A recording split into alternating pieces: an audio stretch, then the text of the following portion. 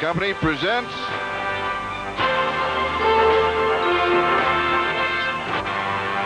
the National Football League.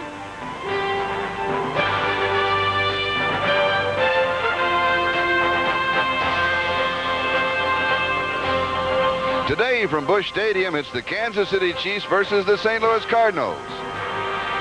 Brought to you by Mazda Cars and Trucks. The more you look, the more you like Mazda value. By Bud Light, everything else is just a light. And by Harris Corporation and their Lanier Business Product Divisions. Lanier, we're easy to use. And meanwhile, in the Meadowlands, with less than 4 minutes to go in that ball game, the New York Giants are leading the Denver Broncos 16-9.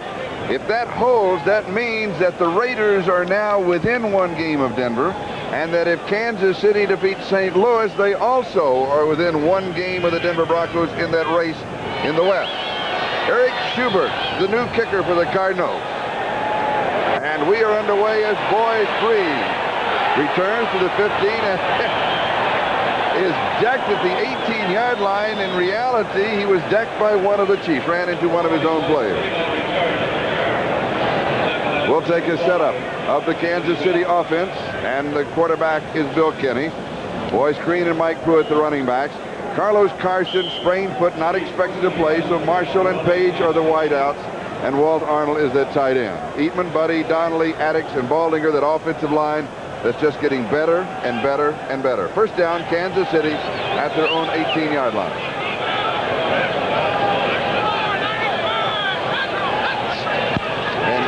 Out throwing.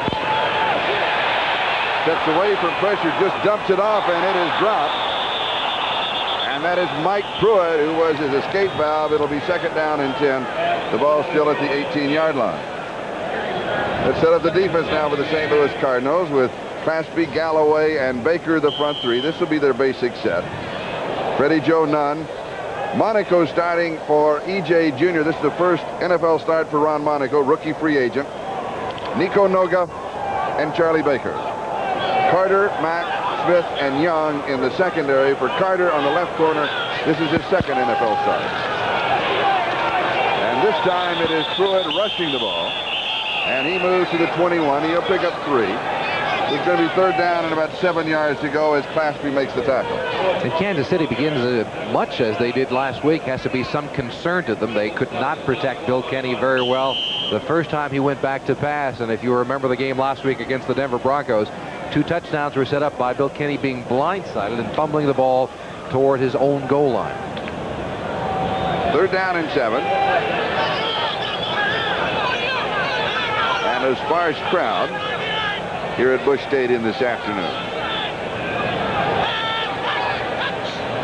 Little jumping, flag down, free play for Kansas City.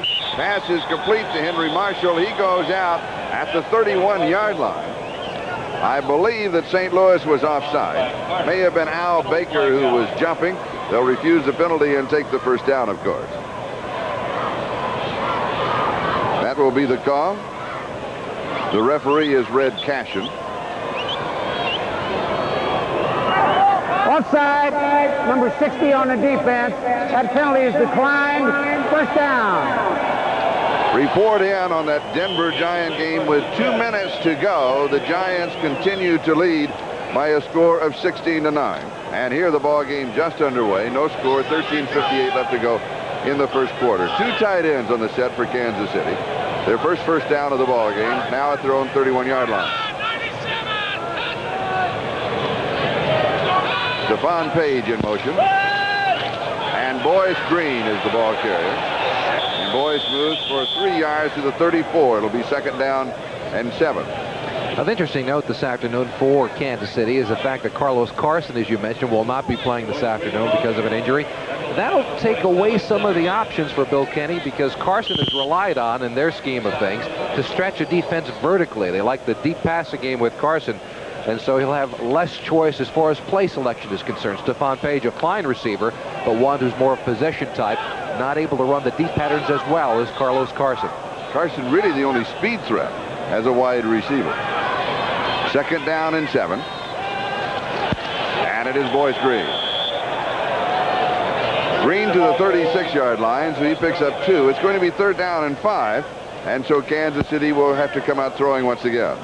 That's been the story for Kansas City for the last couple of seasons. Boyce Green getting the start the past few weeks because of Herman Hurd's trouble hanging on to the football. Hurd was thought to be the running back they were looking for in Kansas City, led the club the last 2 years in rushing, but fumble problems have put him on the bench, and it's Boyce Green's opportunity to try and pick up their rushing attack. He fumbled once in the first San Diego game, once in Tampa Bay, only carried the ball twice since then. So the coaching staff does remember. Inside handoff that is barely made to Larry Moriarty to the 39-yard line. A gain of only 3, so it's going to be 4th down and 2 as David Galloway, the nose tackle, was there to close him down. And that means that Kansas City will be kicking. I'm surprised they ran. I am too, but St. Louis's defense, if it can be called a strength, is the fact that they play against the pass very well. It's their rushing problems that against the rushes where they've had their problems. So maybe Kansas City is saying to themselves, we're going to go out and we're going to run the football even in some obvious passing situations. Louis Colbert will be kicking by Sikahema. Outstanding return specialist for the Cardinals. Second in punt returns in the NFC, second in kickoff returns in the NFL. And this is a terrible kick that goes out of bounds at the Cardinal 35-yard line. We'll take a timeout. We have no score, and when we come back, the Cardinals will have the football. With 1 minute and 55 seconds left in the Meadowlands, Sammy Winder scored from 4 yards out, and the Denver Giant game is now tied at 16-16. Here we are tied 0-0, and Louis Colbert's punt 27 yards with no return. Offensively, for the St. Louis Cardinals, Neil Lomax returns to quarterback. He's been out for a couple of ball games. Stump Mitchell, Earl Farrell, the running backs. Farrell is injured, bad ankle. J.T. Smith, Roy Green, the wide receivers. Doug Marsh is the tight end.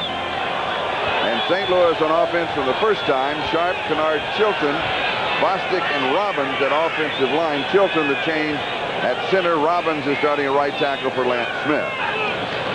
Green in motion. And the quick screen is through the hands of Roy Green. It'll be 2nd down and 10 at the 35-yard line. Albert Lewis would have picked up the coverage for Kansas City. The defense for Kansas City, basic set, Still, Moss, and Koch.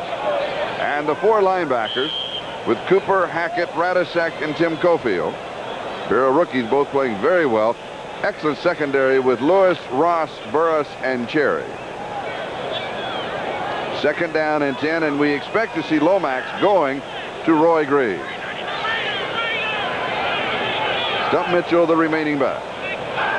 Last week in the New Orleans game, Stump carried the ball some 20 times. This is his first carry. Picks up 3 yards to the 38. It's going to be 3rd down and 7. Pete Koch makes the tackle for Kansas City.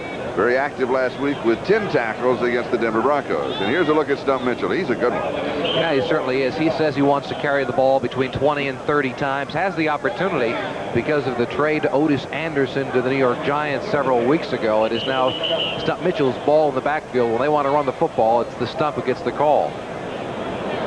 And we have an injury timeout.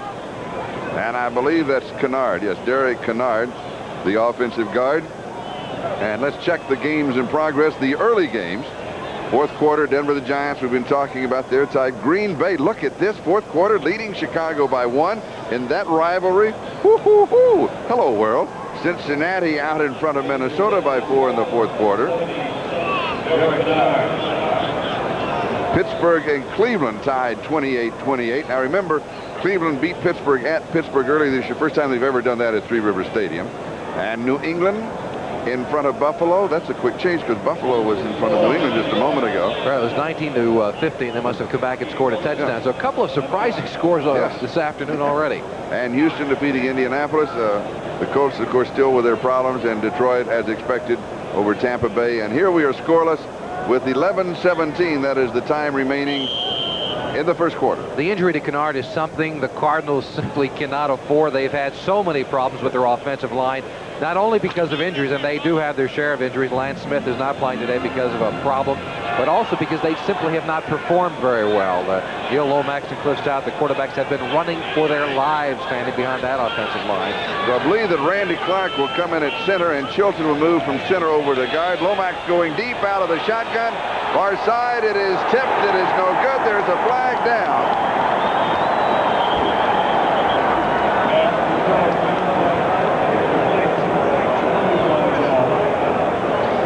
From the other angle, it appears as if there's some pushing going on down below with J.T. Smith from that, Troy Johnson, number 87. Number 29 on the defense, first down. Going to Troy Johnson, and Albert Lewis called for pass interference. Kevin Ross was coming from the other side. The Kansas City defense blitzed a cornerback. I don't know if that's the right thing to do for a couple of reasons. You got Roy Green out there, who's terrific as a man-to-man receiver, and there's no reason to blitz against this St. Louis Cardinal offensive line. They haven't held anybody out all year long. So a big play for the Cardinals with a first down at the Kansas City 35-yard line. J.T. Smith in the slot on the right side. There's a blitz coming, and Lomax will go down. Cooper got him, and that is going to be the first sack for Kansas City.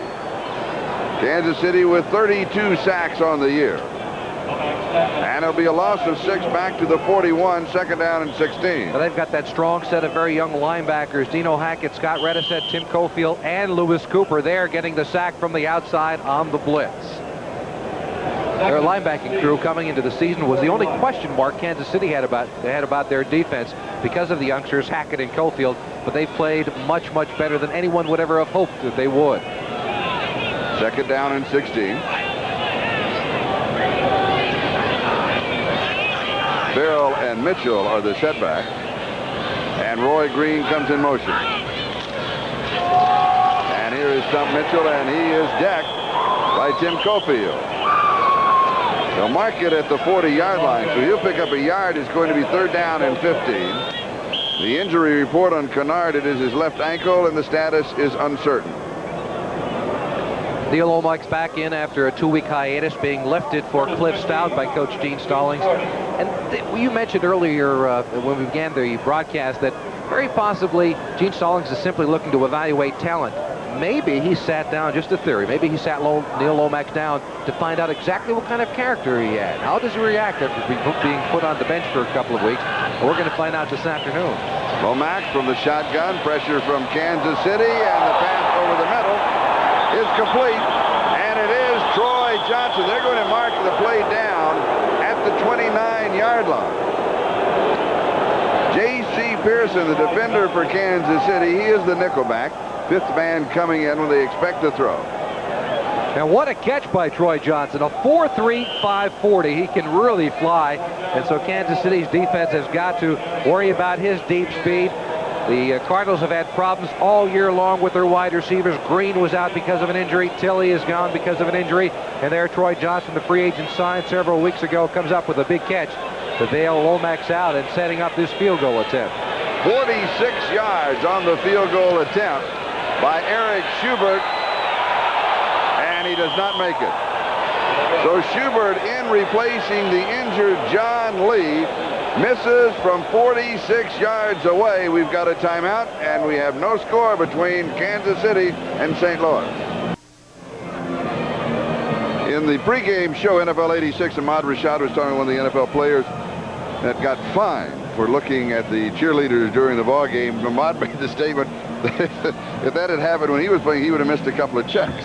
And now you're seeing the reason why you would have missed a couple of paychecks. That has to be the most unusual fine ever levied in the history of the National Football League. You love it? All right, no score here. Kansas City at their own 29-yard line with Green and Pruitt as the running backs, Kenny the quarterback. The Denver Giant game still tied. Boyce Green to the 31, maybe the 32-yard line. We'll give him a couple. Let's call it second down and 8. And the last report that we have from the Meadowlands is that the Giants are within field goal range. And Raul Alegre, one of the many Giant kickers that will have an opportunity very possibly to win that football game. This may be a time for Kansas City to try to get their rushing attack healthy once again. As I mentioned earlier, the Cardinals secondary, second in pass defense in the NFC. That's because a lot of people are running against them and not throwing the football. They've got some holes to fill with their defensive line. Paul Kaufman is in as a tight end. He's a good receiving tight end. And Kenny back to throw. As some pressure goes deep, far side, and it is over the head of Henry Marshall. So it'll be third down, and the official are going to mark it at the 32-yard line, so it is third down and 7. 3rd and 7, 32. The Cardinals, with the change of coaching staffs over the past year, went from a 4-3 to a 3-4. They take a look at Al Bubba Baker, and they're going to help out as much as possible. Not only does an offensive tackle have to help, but they also leave Pruitt in on that side for the particular purpose of helping against Bubba Baker. What he does and does exclusively is rush the passer. He's not that strong against the run. Kinney fires over the middle. It is incomplete. He was going to Walt Arnold, the tight end, and Arnold was just crushed by Lionel Washington, number 48. And it will be 4th down and 7, and that means that Kansas City will be kicking. And Lewis Colbert, whose first kick was only, 27 yards, I believe. And Lionel Washington with the big hit, he's someone that they have to keep and get healthy for the St. Louis Cardinal defense to be effective next season. He's recovering from a broken ankle sustained in 1985, a good man-to-man cover. Lysikahima, fair catch, good kick, and he takes it back at the 22-yard line. 46 yards on the kick by Colbert, and Sherman Cockcroft was down very quickly on the coverage. We've got a timeout. 7:42 left to go, first quarter. No score. With 6 seconds to go in the Giant-Denver game, Raul Alegre a 34-yard field goal. The Giants lead by 3. Denver out of timeout. It'll be interesting to see how the Kansas City bench reacts when that is announced here to the stadium crowd at Busch Stadium. It does put them in the position to win today, go up one game, just behind one game of the Denver Broncos in the AFC West. And tied with the Raiders just a game back. And here is Stump Mitchell. And Mitchell to the 25-yard line, so he's got a couple of yards from the 23 to the 25. Tim Cofield makes the tackle. It will be 2nd down and 8. But now something is developing here, and we've seen this in a couple of games that we've had this year. The longer, let's check the 10-minute ticker. There's the Giants score by 3. Green Bay continues to lead Chicago by 1. Cincinnati by 4 over Minnesota. Pittsburgh and Cleveland, they look like they're headed towards overtime, and New England does defeat Buffalo. And Houston over Indianapolis, Detroit downs Tampa Bay. Here it is, no score, 2nd and 8. Play action fake by Lomax. He goes far side, and the pass is incomplete. He was going to Doug Marsh, the tight end, and Lewis Cooper had the coverage, so it's going to be 3rd down and 8 at the 25-yard line. In that Cleveland-Pittsburgh game, Gary Anderson tied it up with 7 seconds to go at 31-31. And so they are headed for overtime. So a lot of interesting things are going on. Yeah, a few upsets already in the making. And here, St. Louis, the Cardinals would love to have one go up on the board against Kansas City as well. 3rd down and 8. And the longer that the Cardinals can hold on to the ball, they've had the only scoring opportunity, missed on the field goal. And here's Lomax. And he has the first down out to the 40. 41, maybe the 42-yard line. 17 yards. The first down. Whitney Paul makes the tackle. Lomax may be like a rookie out there this afternoon, despite having quite a bit of experience in the NFL, because he has something to prove to Gene Stallings and to the St. Louis crowd that's here. Benched 2 weeks ago in favor of Cliff Stout. There you see the Giant game now final 19-16 over the Denver Broncos, and so the Kansas City Chiefs do have an opportunity to pull back to within one game of the division-leading Broncos. The LA Raiders 8-4 are just one game back. They mark the play down at the 40. This is the first down. It is juggled, pulled down, back-to-back first downs. This was J.T. Smith that pulled it in. And the Cardinals are on the move. And there's someone who wants to have a fine game. Not only Neil Lomax, but J.T. Smith as well. Remember, he was released by the Kansas City Chiefs last year, picked up by the St. Louis Cardinals. And he makes a fine catch, one-handed grab, and that's just a little bit more adrenaline, Charlie, when he knows going against his former teammates, he wants to have the big game. You go the extra inch, the extra yard, and he gets it there and gets a block by Rory Green. Well, a missed block by Rory Green to pick up a few extra yards. Lloyd Burris and Kevin Ross on the stop, and they'll mark it at the 44-yard line of Kansas City. I think I said the 38. It was the 44. And Lomax steps away and is being chased. And a comeback pattern on the far side is going to be incomplete, I believe, but there's a flag drop at the 24-yard line, and Deron Cherry is arguing with the official. So it may be holding in the secondary, because, Deron, you're going to lose that debate, I can tell you that. In the New England-Buffalo game, Tony Eason threw a touchdown pass with 1:20 to go to pull that one out, 22-19. And that is important as far as the Kansas City Chiefs are concerned, because they are in competition with the Patriots for that wild card berth in the AFC. There, of course, will be two, and right now the Raiders, Kansas City, I guess, in New England. Interference. Number 20 on the defense. First down. And there you saw Deron Cherry continuing his argument, just to put a little bit of an arm on the official, just to say, Mr. Official, I didn't do anything. And the official looked at him, don't you ever put a hand on me again. Deron Cherry, quite a fine young man. We spoke to him, of course, last week prior to the Bronco game, and a heady player. It's interesting, though, very seldom do you see that particular penalty called that far away from where the pass is thrown. Usually they will call it defensive holding rather than pass interference. Yeah, very much so. And the ball was nowhere near the area, as you said, an unusual call in that respect. But the ball is at the Kansas City 24-yard line. The Cardinals have a first down, and we have no score. And here is Stump Mitchell, and he is stopped. He is met by Tim Cofield right at the line of scrimmage. So it's going to be second down and 10. The ball at the Kansas City 24-yard line. We've got 5 minutes, 4 seconds. That is the time remaining in the first quarter on a very cool afternoon in St. Louis.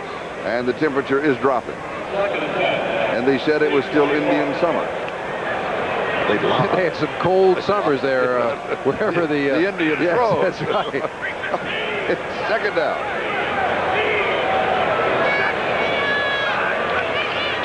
Lomax to throw. Far side, and it is incomplete. He was going to Roy Green.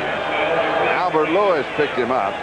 And it's third down and 10. And the ball at the 24-yard line of Kansas City.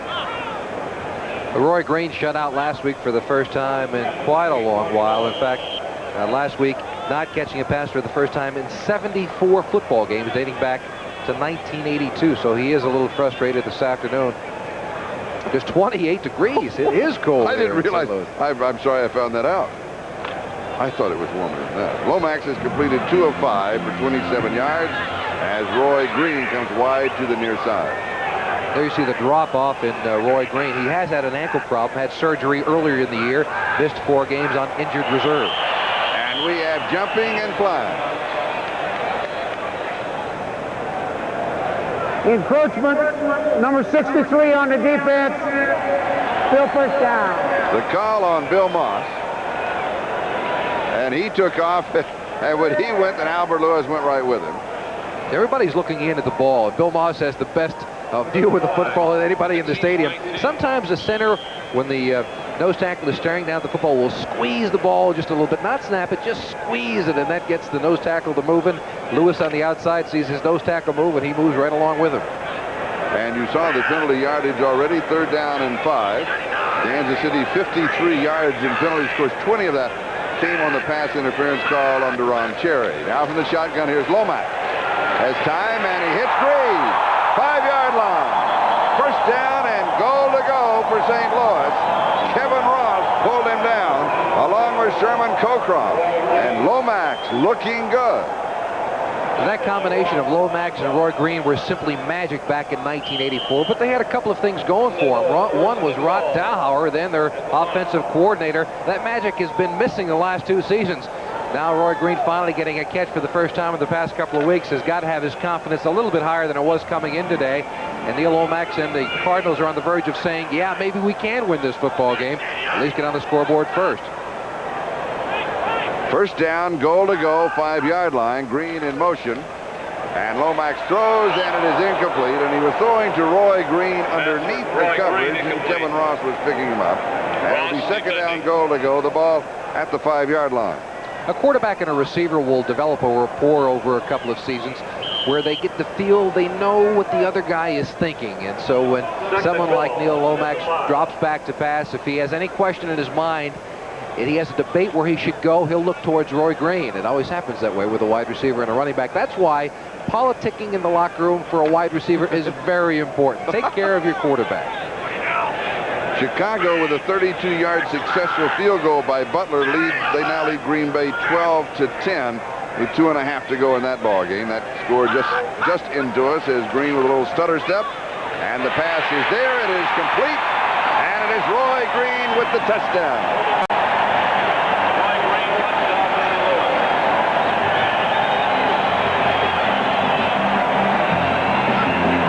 And the Cardinals have first blood. And they put together a 77-yard drive in 11 plays.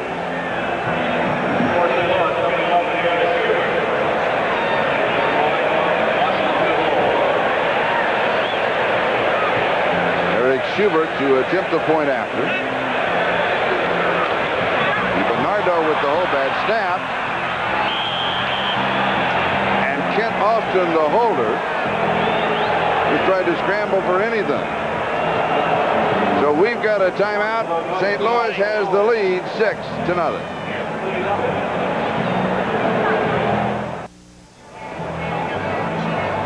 Let's take a look at the touchdown. Now Roy Green, as you saw him go across the formation, he was looking into the secondary. That's because Pearson, number 24, has got to cover him. He stuttered a little bit right behind the quarterback. That forced Pearson to stutter just a second, and Green had the angle to the corner of the end zone. That's how he beat him across. Now let's take a look at the extra point. It seemed to be a good snap, but Austin simply dropped it. A good snap by DiBernardo, forced to try to make something out of it. He throws the ball nowhere in the vicinity of the receiver. On the return, here is Jeff Smith. Smith returns to the 26-yard line where Kansas City will go to work. Let's take a look at the games in progress and the finals. The Giants winning, and their record now is 10-2. They stay atop the NFC East. Chicago still leading by 2, and that game is running out of time, and Cincinnati defeated Minnesota by 4. Pittsburgh and Cleveland are in overtime, and New England defeats Buffalo coming from behind in the last minute and 20 seconds of that ball game. Indianapolis loses to Houston, and Detroit defeats Tampa Bay. And here, St. Louis leads Kansas City by a score of 6-0, and the give is to Pruitt. And Pruitt is dropped at the 28-yard line. Gain of 2, it'll be second down and 8 as David Galloway made the tackle. David Galloway has had to adjust, as well as the entire front four of the St. Louis Cardinal defense, because they did switch from that 4-3 to a 3-4. Mark Duda was a starting tackle in that front last year. He has been relegated to the bench. He was the odd man out when they went from the 4 to the 3. Second down and 8. And to reiterate, of course, Denver losing. The record now is 9-3. The Raiders defeated San Diego in overtime Thursday night. Los Angeles just a game back at 8-4. If Kansas City wins this one, this is knocked away. Kenny catches his own pass. An attempt and a reception for the quarterback. And the tackle for Al Baker. And it'll be third down. You see this happen once in a while. Not very often, though. Watch, he's looking downfield to find a receiver, but the big paw of David Galloway comes up, and you have to wonder whether he thought for a split second, should I just let it fall to the ground, or should I catch it and take the punishment? Mark it for no gain. It's third down and 8. I think the reaction is that the ball's there, you just go for it, and then once you have it, you say, maybe I should have let it go. Paul Kaufman, a good receiving tight end, is in. Third down. From the shotgun. And the pass outside to Hurd, and he is dropped at the 31. Has 3, it'll be 4th and 5. Leonard Smith, the leading tackler, is the man who moves up and brings him down, and he's still playing with that soft cast as he has a broken bone in his hand. That's on the left side, you can see it. And the catch is underneath the glove, and Colbert will come in to kick. And Vi Sikahema is sent for the return. And the Cardinals are beginning to believe that they can pull off the upset.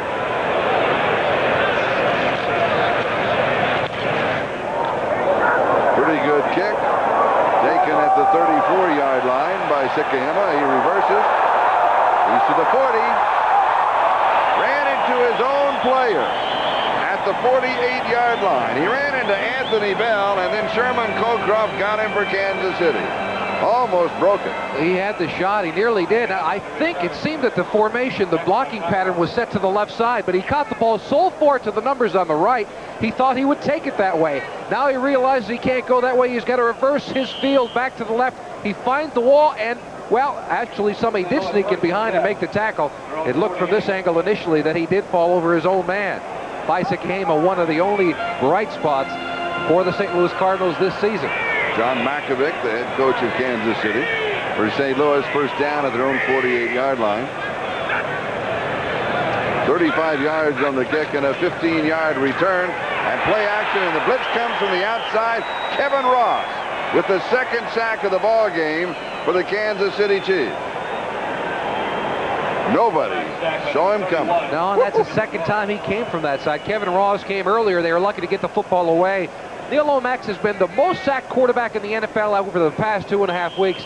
2.5 years. 2.5 years. 139 sacks. Now with today, it's 141. Right. That'll shorten somebody's career very quickly. Yeah. He is beat up.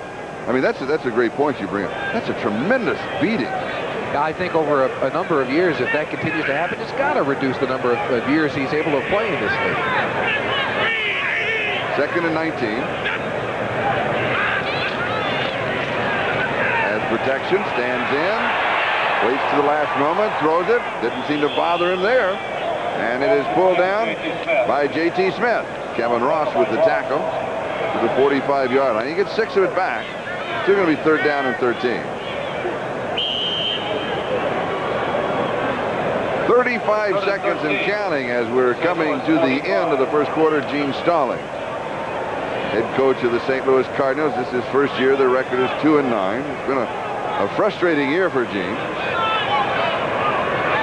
And in overtime, Cleveland defeats Pittsburgh. Kozar, a 36-yard touchdown pass to Webster Slaughter. 8:23 mark in overtime.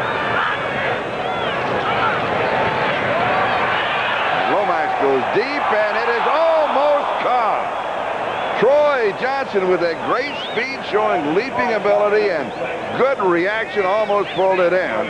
Ron Cherry was the cover man for the Kansas City Chiefs. Troy Johnson, though, may not have been the receiver that Lomax intended. J.T. Smith, number 84, watch him crossing right behind. Was he throwing to 87, Troy Johnson, or was he throwing to 84, J.T. Smith? Doesn't matter, though. Johnson should have made the catch. It's a simple drop. Hader, an excellent catch. Jeff Smith, fair catch, takes it at the 10-yard line. That's not a very good decision, is it? No, you know, you never fair catch right at the 10-yard line unless absolutely, positively necessary. Well, maybe it was. A 45-yard kick into the first quarter, and St. Louis leads it 6-0. When they said it was 28 degrees that I put on the cap and the scarf, I believe in being ready.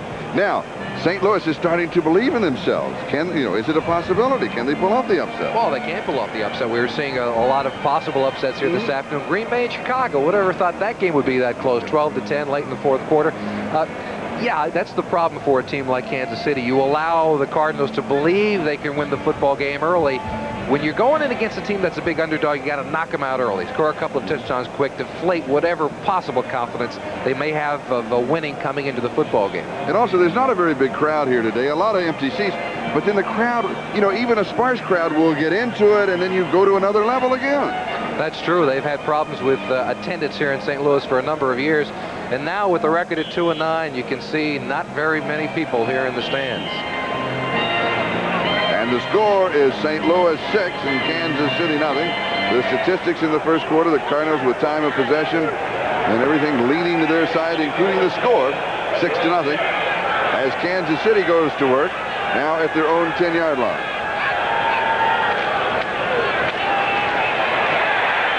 And Herman Hurd gets the call.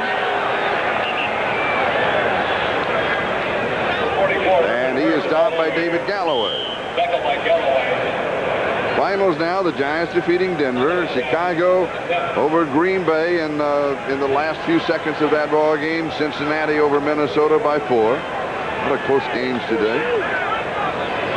Overtime, Cleveland defeating Pittsburgh, and New England coming from behind late in that ball game over Buffalo. 2nd and 10 at the 10.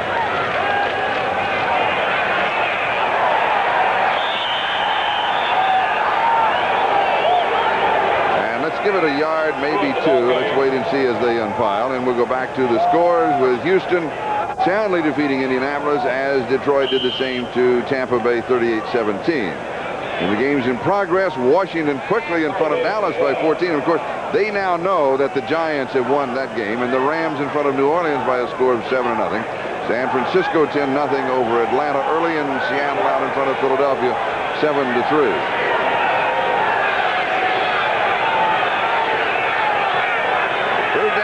At the 12-yard line, and Kenny back to throw, and the pass over the middle to the tight end Walt Arnold. They mark it at the point of the reception, which is around the 22 or the 23-yard line, which will be enough for the first down. They'll spot it at the 23. And that was vitally important for Kansas City to come up with that, because they were being backed up and not doing very much. Take a look at some of the action going on inside. Kenny looking off one side and coming back to his tight end over the middle of the field. It is important to get their tight ends involved in the offense. That's been a problem they've had over the past few weeks. Not getting to the tight end, most of the season. Now, eventually and finally, Arnold getting involved with the offense. It gives Kenny another receiver to throw to. And this will go as an incomplete pass. As Kenny was in trouble, and he was just looking for somebody, and somebody couldn't hold on to it. Let's find out exactly what happened. All right, so they go back to another tight end this time. Arnold the play before, now Jonathan Hayes. He's a release valve, actually. He was blocking on the play. When he saw his quarterback in trouble, he's able to release, but he gets to hang on to the football. Maybe better off at that point. It looked like it would have been a loss at any way. He was gang tackled by a host of St. Louis Cardinals. And it is 2nd down and 10 at the 23-yard line. So the Chiefs beginning to sputter. As we have opened the action here in the second quarter, Larry Moriarty has just a yard to the 24, so it's going to be 3rd down and 9 as Leonard Smith, the strong safety, made the stop. And they are beginning to sputter. Maybe they came into this contest thinking to try to get their running game going and help the anemic problems they've had back there with their rushing attack. But they've got to start throwing the football. That's the strength of Kansas City, and right now they are being shut down in many ways by the St. Louis Cardinals, surprisingly so.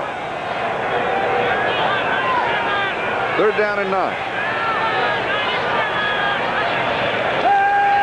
Kenny back against a 4-man rush. And the pass is there, but I believe will come up shy of the first down as Jeff Smith came out of the backfield to pull it in. And it's going to be 3rd down. Wayne Smith made the tackle, and Lewis Colbert comes in. It's going to be 4th down and 2 at the 31. And Vi Sikahema, an excellent return man, is set to give the Cardinals pretty good field position. Lewis Colbert with the kick, and it is taken at the 32 to the 40 and pulled down at the 44-yard line by Lewis Cooper. And so St. Louis has the ball, and they have the lead. Jones along with Jimmy Cephalo with 11:28 left to go in the first half, and St. Louis in front of Kansas City 6-0. The Cardinals, a touchdown pass from Neil Lomax to Roy Green from 5 yards out. A good snap on the extra point attempt, but Ken Austin, the holder, simply bobbled it, and so it is 6-0 as they never got the try off. And St. Louis has the ball at their own 45-yard line. Earl Farrell gets the call. Pete Koch is the man who stopped him. And Bill Moss, the brother-in-law of Dolphin quarterback Dan Marino. The Two All-Pros in the family there. Bill Moss, I would imagine, eventually will become an All-Pro. He simply manhandled in watching the game against Seattle a couple of weeks ago. He manhandled everybody that Seattle put in front of him, and he's been doing that to a lot of centers around the NFL this year. Second down and 8. The ball at the 47-yard line. Green in motion. Max to throw. And it is incomplete. So it'll be third down and 8. Back at the 47-yard line. Green, the intended receiver. Ross with the coverage. And a reminder to our viewers that we'll be selecting the Budweiser Most Valuable Player for today's game at the conclusion of the game.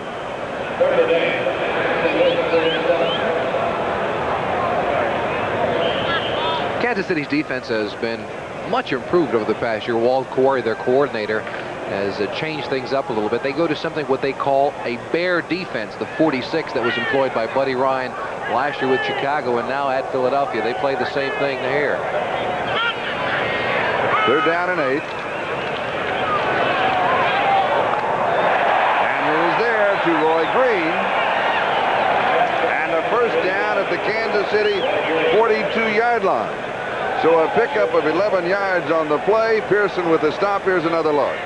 What Roy Green does so well is play man-to-man. You see he gets Ross going up the field. He gets open in the man-to-man pattern. There it was a complete zone, though. It shows his ability and his experience to work well against both man-to-man defenses and against the zone.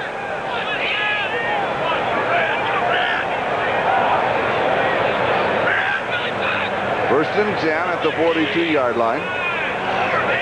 The Cardinals in Chiefs territory, and St. Louis leads 6-0. Here's the reverse to Roy Green, and it fails to pull. A loss of 5 back to the 47 as Kevin Ross, the cornerback, had penetrated and just was laying in wait. Second and 15, second quarter. Washington has added a field goal, now in front of Dallas, 17-0, and the Rams lead New Orleans by 4, 7-3. San Francisco quickly out in front of Atlanta as the Falcons are faltering. And Seattle, boy, do they need a win. They lead Philadelphia 7-3. And Washington, of course, if they defeat Dallas, will be tied with the Giants with identical 10-2 record. Second and 15. Lomax to throw far side. It is there. It is complete to J.T. Smith. Kevin Ross with the defensive coverage close to the first down. And he may not have it. Yeah, go ahead. He might not need 12 yards down the field and break out, regardless of what he sees in front of him. For Lomax, a timing pattern, something you work on week in and week out. And that's when I talked about earlier, the political movement between wide receiver and quarterback. Throw me that timing pattern, quarterback. You like to locker next to the quarterback if you're a receiver. Kansas City comes up with the football. Big turnover for the Kansas City Chiefs. On the field, here you see him isolated on the corner. He reacts to what he sees, but he has blitzed already twice in this football game. There, the fumble occurred a little bit earlier. He was not blitzing on the play, but does have the pressure, and eventually seems to be shaken up a bit on the play. And Jay Novacek is the man who made the tackle and may have saved a touchdown. We'll be back in just a moment. Let's take another look, and you'll see what happened to Stump Mitchell. Bill Moss was obscured by the center Chilton for St. Louis. You couldn't see him at the beginning, but he just obscures Stump Mitchell when he touches the football. That caused the fumble. Now, the report on Ross as far as that he got poked in the eye. They expect him to be fine, and we'll get a further report to you. Of the running backs, first down for Kansas City at the St. Louis 46-yard line. Now they need to cash in on it. Henry Marshall, the intent for 31 yards and no touchdowns. And this is not an easy defense, apparently, to throw against. We thought coming in, the reason that they're not today, at least, their secondary's been playing fair. They're making believers, at least, onto the Kansas City passing game. Second and 10 at the St. Louis 46. 8:55 left to go. Second quarter. Cardinals lead it 6-0. Kenny fires underneath the coverage. And St. Louis has the ball. David Galloway.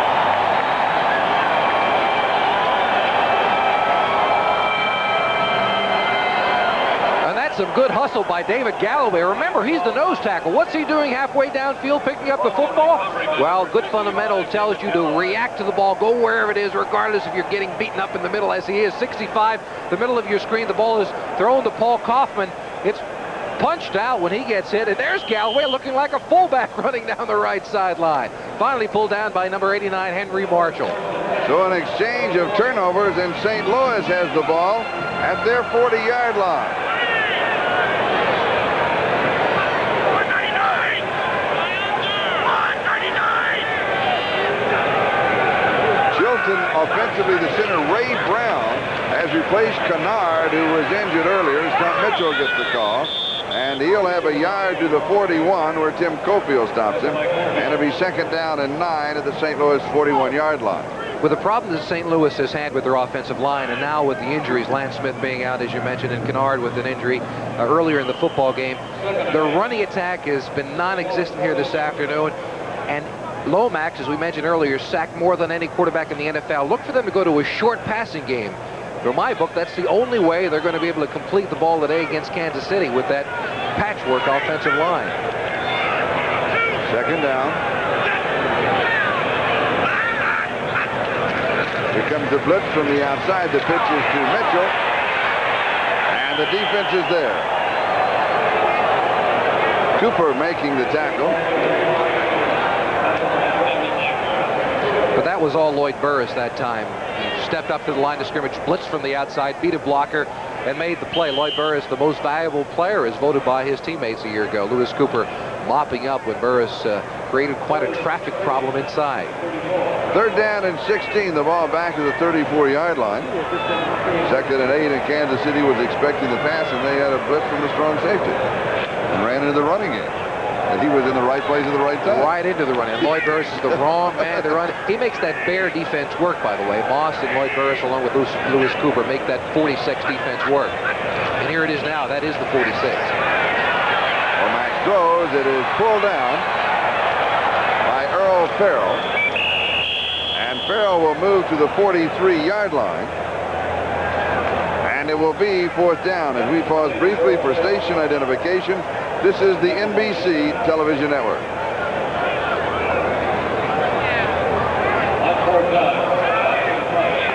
This is Charlie Jones, Jimmy Cephalo, with 6 minutes and 42 seconds left to go in the first half. St. Louis out in front of Kansas City by a score. Cater is the punter for St. Louis, and Jeff Smith set for the return for Kansas City. Good kick, really hangs it up.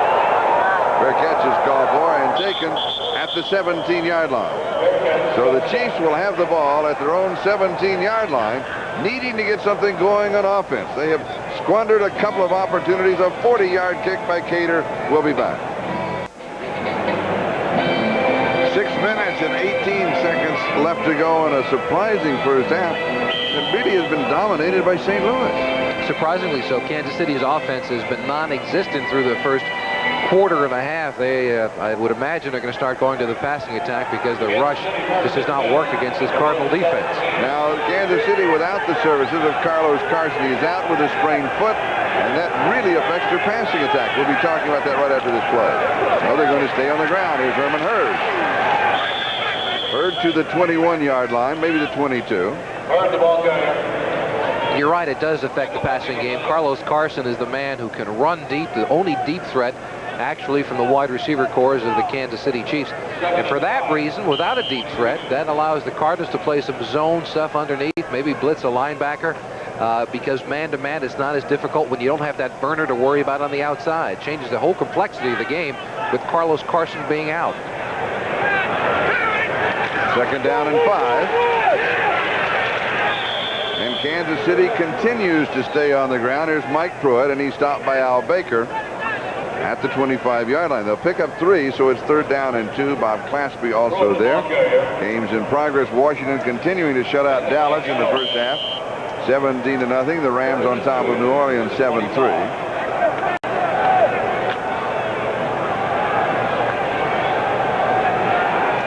We got a couple more. We'll get those. Get back to those in a moment. Kansas City at the 25, and here is Herman Hurd. A flag is down, and he breaks it to the 37 or the 38-yard line, it will be a first down if it stands up, but the penalty will go against Kansas City. So the Chiefs have been plagued by penalties.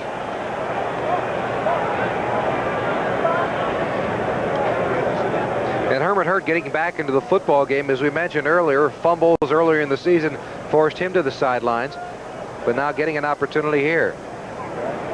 Holding, number 85 on the offense, still third down. Holding on Jonathan Hayes, fourth penalty against Kansas City for 63 yards in the first half. So take it back to the 14-yard line. They're going to mark it the 15-yard line, actually. And the Cardinals have not drawn a penalty. Third down and 12.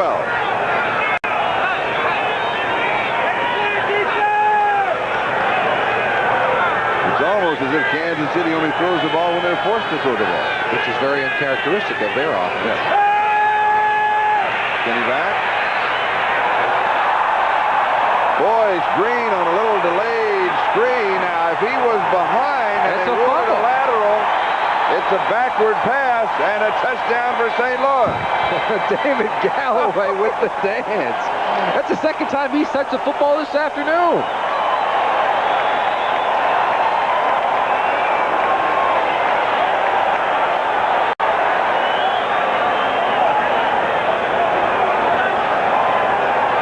Maybe he danced too early. The officials are having a conference in the corner. Well, one of the reasons they're having the conference, I'm sure that they want to give the replay official time to take another look. But they did signal touchdown initially. Now, remember, a backward pass cannot be advanced unless you pick it off in the air. A fumble can, but a backward pass cannot. If it's ruled a backward pass or a lateral, can only be recovered but not advanced. But where does he recover it is the question. Right there. It cannot be advanced. It's first down and goal from the 6-yard line. That's right. And you go to the head of the class. Exactly. He picked it up about the 3-yard line, so that's where it has to stay. David Galloway a little disappointed. Oh, shucks. I thought I had the score. But for Galloway, that is his second fumble recovery. They're going to mark that he had possession, I believe, at the 6-yard line. And it's wherever he first had possession of the ball. Maybe we can take another look, but I thought it was a little inside of that spot. And that is, of course, something the replay official, could pick up and also tell them on. But St. Louis now with a big opportunity at the 6-yard line of Kansas City, where it is first down and goal to go.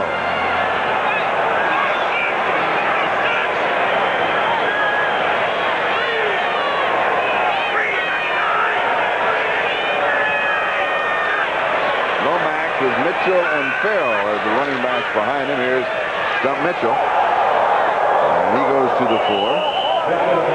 And it'll be second down and goal to go as Eric Holley makes the tackle. Jay Novak will be coming in and Ron Wolfley will be coming in to the offense for St. Louis. Dean Stallings, the head coach of the Cardinals. Kevin Ross, we mentioned earlier, with that poke in the eye and on a fumble recovery, has got some swelling in the eye. They're going to hold him out a little while longer to further examine him.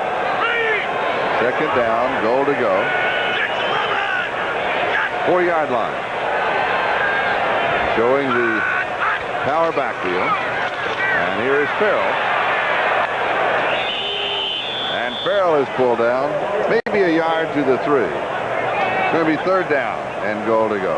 And obviously the most important play of the game thus far coming up, because it's in confidence. It's not just in the score of the game, but the confidence level of the St. Louis Cardinals. If they score here and they go up by 13 points, do they think then, yeah, of course we can win this football game? Pete Koch making the last stop for Kansas City. And now if you have to throw the ball, you go to a timing pattern. You go to J.T. Smith in the far left corner. Or you go to Roy Green underneath.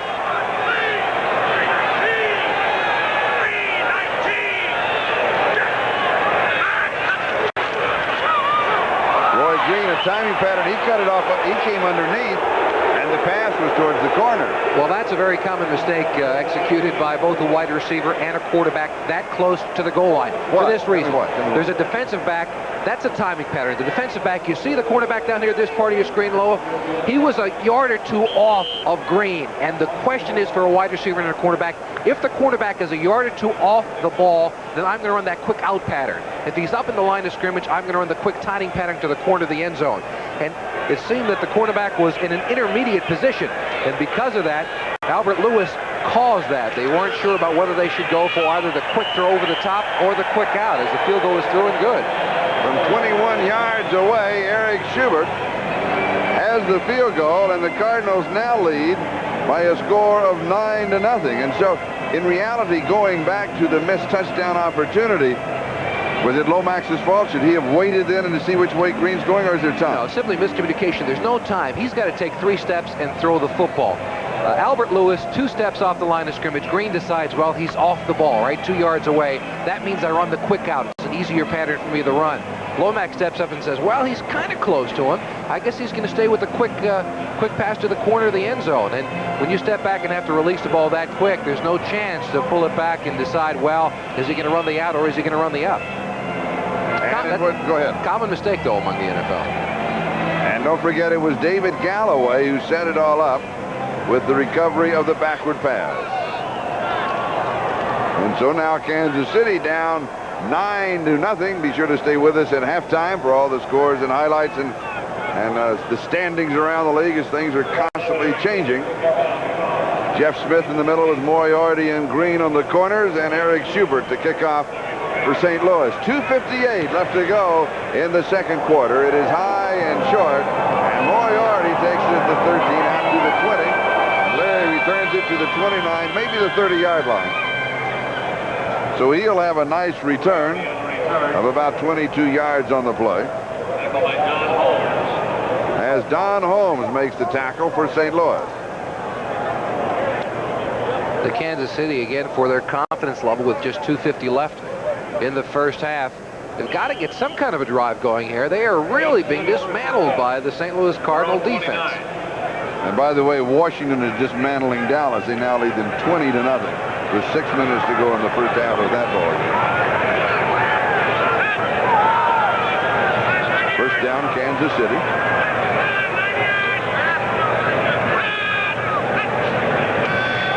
Kenny, a little play action fake, and he is sacked. Al Baker got him, and that is the 28th sack on the year for the Cardinals, and their first of the ball game. And the 5th by Al Bubba Baker. As I mentioned earlier, that's what he does. He's a pass rusher, does not play the run very well. Teams do not like to get into a situation where they've got to throw the ball, because Al Baker just lays back and gives it his all. There was a chance to look at the scores and the time, and it is St. Louis 9, Kansas City nothing. Second down and 20, the ball at the 19-yard line. Herman Hurd and Mike Pruitt. They back the block, and he goes deep, and the receiver falls down. That was Stephon Page, who fell when he made his cut to the outside, and it's going to be third down and 20 at the Kansas City 19. And frustration written all over the face of Bill Kenny. He's really starting to get flustered by it. He had mentioned last week that he was healthier at this time of the season than ever before because he had not been playing. Todd Blackledge had been the starter for the first 7 or 8 games of the season. But Kenny took a beating last week against Denver. He was on his back several times, blindsided, a hip injury late in the football game. Shoulder injury, hip injury, right elbow, and he lost to 2. His daughter thought that was Gracie because she had lost 3. Yeah, he was beat up though. Has pressure, and he is sacked again, and Baker gets him. So 2 sacks for the Cardinals, and both in this defensive stand. Well, that's what Bubba Baker does. They know he has to pass. There he is, number 60 down the bottom, going against Irv Eatman, and he runs Eatman upfield and then slaps and comes underneath. That's the greatest thing that Baker does. He's got that amazing speed and quickness. Not the strongest of players, but a lot of speed and quickness. And for an offensive tackle, they try to overcompensate by taking away the outside on his rush. He has the ability and the agility to slip inside, as he did there, to get his 2nd sack of the series. And And Lewis Colbert will be kicking to Vi Sikahema. And the 2-minute warning will be given to both benches. We've got a timeout. The Cardinals have the lead. We'll be back in a moment.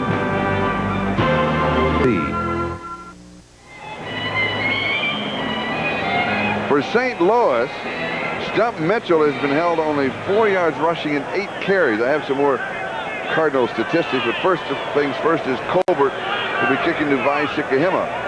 Vi is moving out. He doesn't expect him to get it to the 50-yard line. And pressure, good kick. And Sikahema has to backpedal back to the 36-yard line. He's to the 40, the 45, and down at the 46-yard line, but an excellent kick by Lewis Colbert. Scott Radisek made the tackle, 47 yards on the punt. And that's unusual for a punt return man. It's always easier to run up and catch a punt than to run back and catch a punt, because you have it in your vision the entire time and you're running up toward the ball and the line of scrimmage. But you've got to stop, turn around, and run back to a spot, then locate the ball again. It makes it a tougher catch. Plus, as you're running up, when he catches, you're on the move going toward the other way and making some yardage. When you're going backwards, you've got to readjust and start from a dead stop after you've caught the football. Neil Lomax has completed 8 of 15 for 85 yards and a touchdown. Roy Green, 3 receptions, 29 yards, and the touchdown. Stump Mitchell, 8 carries, only 4 yards rushing. This is Earl Farrell.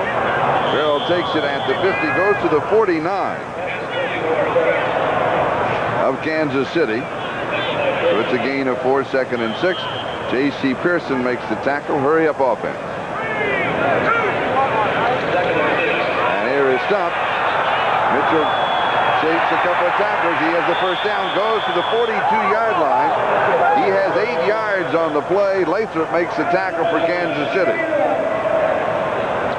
And as many yards on that play as he's had the entire rest of the game before. Only 8 yards on 4 carries coming into it. With 1:20, Kansas City has 3 timeouts remaining. St. Louis has 2 timeouts remaining.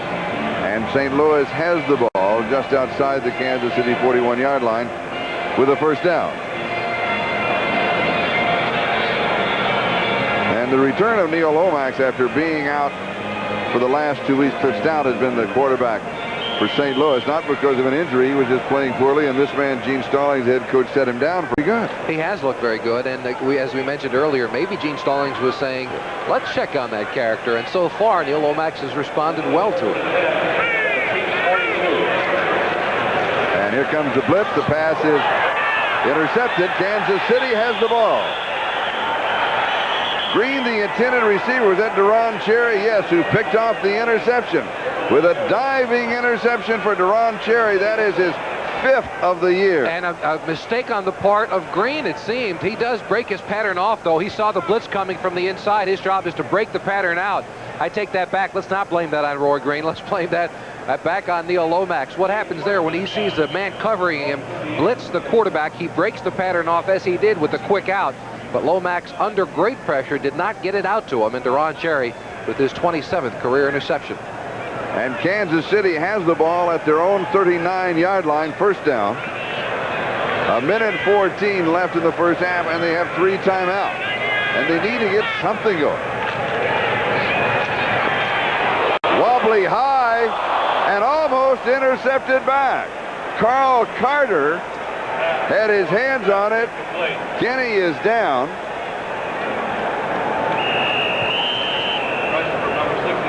And Kansas City will take a full timeout. This is not an injury timeout. It's a full timeout. And it will be 2nd down back at the Chiefs' 39-yard line. And we'll be back in just a minute.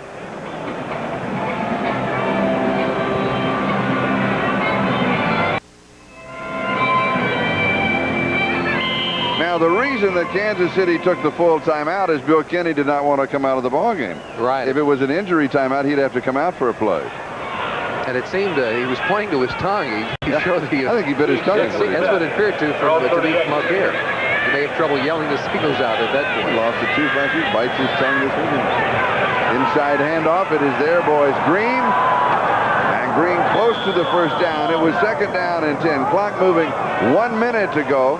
And, of course, that's plenty of time. David Galloway makes the tackle. That is the time remaining in the first half. St. Louis up by a score of 9-0. And they've got to get the first down on this play. Third and just about a yard to go. Good point. And there it is. They do have the first down. Boys Green. Now they'll call the timeout. And that means they have only one timeout remaining. And they will want to save that, if possible, for a field goal attempt. Yeah, with 44 seconds to go, they have to save the final timeout or they'll never get their field goal team on the field. So what that does, it changes their strategy. Their patterns have got to be run either to the sideline or through the end zone. Nothing in the middle of the field here will work. Washington just running away from Dallas. Look at that, 27-0 in the second quarter. And the Rams still in front of New Orleans by a score of 7-3. San Francisco comfortably in front of Atlanta in the second. And Philadelphia creeping up on the Seahawks. It's now a 7-6 ball game. They are in the second period. And don't forget at halftime, NFL 86 scores and highlights with Bob, Ahmad, and Paul. And by the way, there's a feature that you'll see at halftime. You know about Napoleon McCallum, who was playing for the Raiders? Well, Eddie Myers, who is a Marine at Camp Pendleton, was a member of the Atlanta Falcons, but the Marines said no. The Navy said yes. Bob Costas talked to both of the men. It'll make an interesting halftime feature. Yeah, I'd like to see that myself. There you saw. Well, I'll get a tape of it and send it to you. Okay, there you Lowry made that up. Lowry and Colbert, they were not praying to a porcelain god, or whether that was a heater on the sideline trying to keep their feet warm. A porcelain god? I don't know what else to call it. I don't know. We could use a couple more here. It's cold. It's in the 20s. Shotgun. Kenny throws, and the pass is complete to Henry Marshall, and he is dropped by Carter. And I kind of thought Carter got there for the ball, but he held on to it, and play just keeps moving right along. 29 seconds and counting. They're pretty well within the field goal range, though, of Nick Lowry. Remember, he can go long distance, and it is overthrown, and it is intercepted. It will be a touchback. Cedric Mack intercepts it. His momentum is going to take him into the end zone. They're going to rule that he made the interception. They signal a touchback, and they're bringing it out to the 20-yard line. Let's take another look. And Kenny just overthrows the wide receiver. The important part about this play, one, is that, of course, shuts Kansas City out of the scoreboard in the first half. The other thing is it may keep the St. Louis Cardinals out of the record books. That's just their 5th interception all year long, and they are in danger of catching a host of other teams who had 6 interceptions through this schedule. An embarrassing note for Gene Stallings, whose specialty is coaching defensive backs. Now, it is interesting because he makes the interception. I thought he had possession about the 1-yard line, then went in. If he does, then they bring it out to the spot of the interception. The one they're saying officials are ruling he did not have possession until he was in the end zone.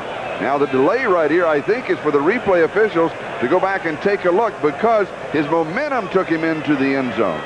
Now, if he had possession at the 1-yard line, the spot of the interception is where it should be played. And the reason that's important is because if they do mark it down at the 1-yard line, just 18 seconds left of the contest, they've got to move the football forward to make sure they don't get the safety. Here at the 20, Lomax can just take it and sit down on one knee and let the clock run out. Now, that's why the delay here. The replay officials are looking at their replay machines at the replay of the interception to see where the ball is. Should it be spotted there, or should it be brought out to the 20-yard line? All depends on where he had possession. His momentum, it's not a problem of the safety. The momentum taking him into the end zone. It's where he caught it. And that's a change from this year, as you mentioned before.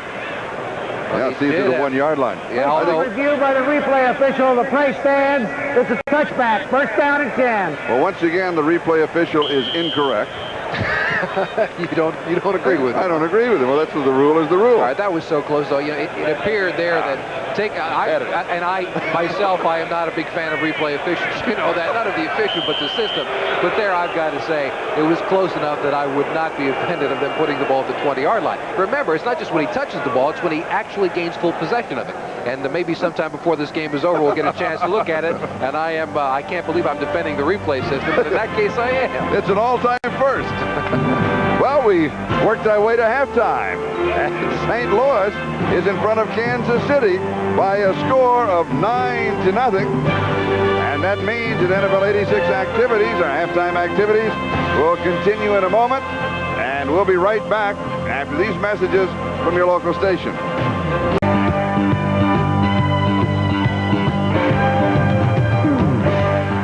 Bob Costas back in New York. Let's run through the scores for you. The Redskins are pummeling the Cowboys at RFK 27-0. Kelvin Bryant and George Rogers both have touchdown runs. Jay Schrader, a 71-yarder to Clint Didier for another Redskins score. They have stopped the Cowboy offense cold, and apparently they will stay tied at 10-2 with the Giants atop the NFC East. The Rams, late in the second quarter at home, leading New Orleans 10-3, despite the fact that Jim Everett has been intercepted twice by the Saints. Eric Dickerson already has 62 yards rushing and a touchdown. San Francisco pounding the slumping Falcons at Candlestick 20-0. Don Griffin, a 76-yard punt return for a score. Joe Montana, a 3-yard pass to Jerry Rice for another one. In the game you're watching, the Cardinals get a touchdown pass, Lomax to Green, though they missed the point after. The former Giant Eric Schubert kicked a 20-yard field goal, and they blanked the Chiefs 9-0 through the first half. Seattle just got a Terry Taylor block of a punt by the Eagles, and Taylor picked it up and ran it in for a touchdown seconds ago. A 14-6 lead late in the second quarter at the Kingdome.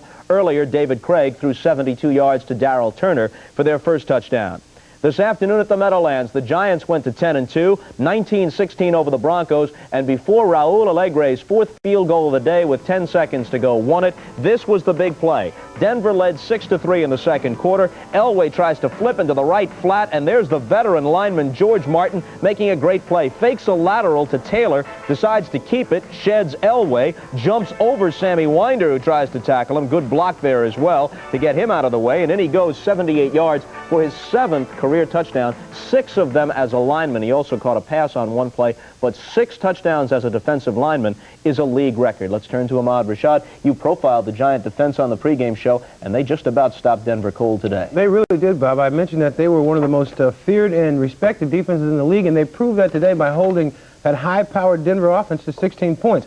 But I think even more important is the way they won the game. The last 2 weeks, they've come from behind, and I think that's a tremendous confidence builder going into the playoff situation.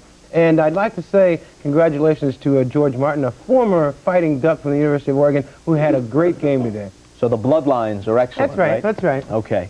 Now, if Kansas City beats the Cardinals, they'll have to rally to do it. Kansas City and the Raiders would each be only 1 game back of Denver in the AFC West.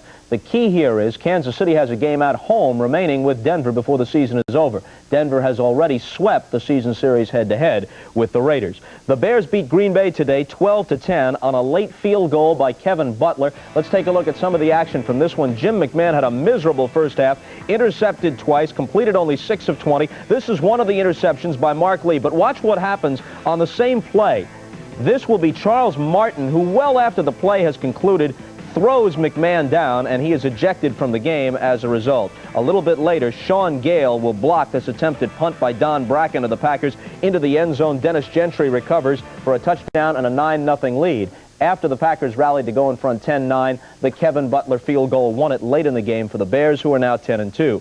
The Bengals are 8-4, winning at home over Minnesota 24-20. But Cleveland stays tied with them atop the AFC Central. They win in overtime 37-31. Let's listen to the clincher called by Don Criqui.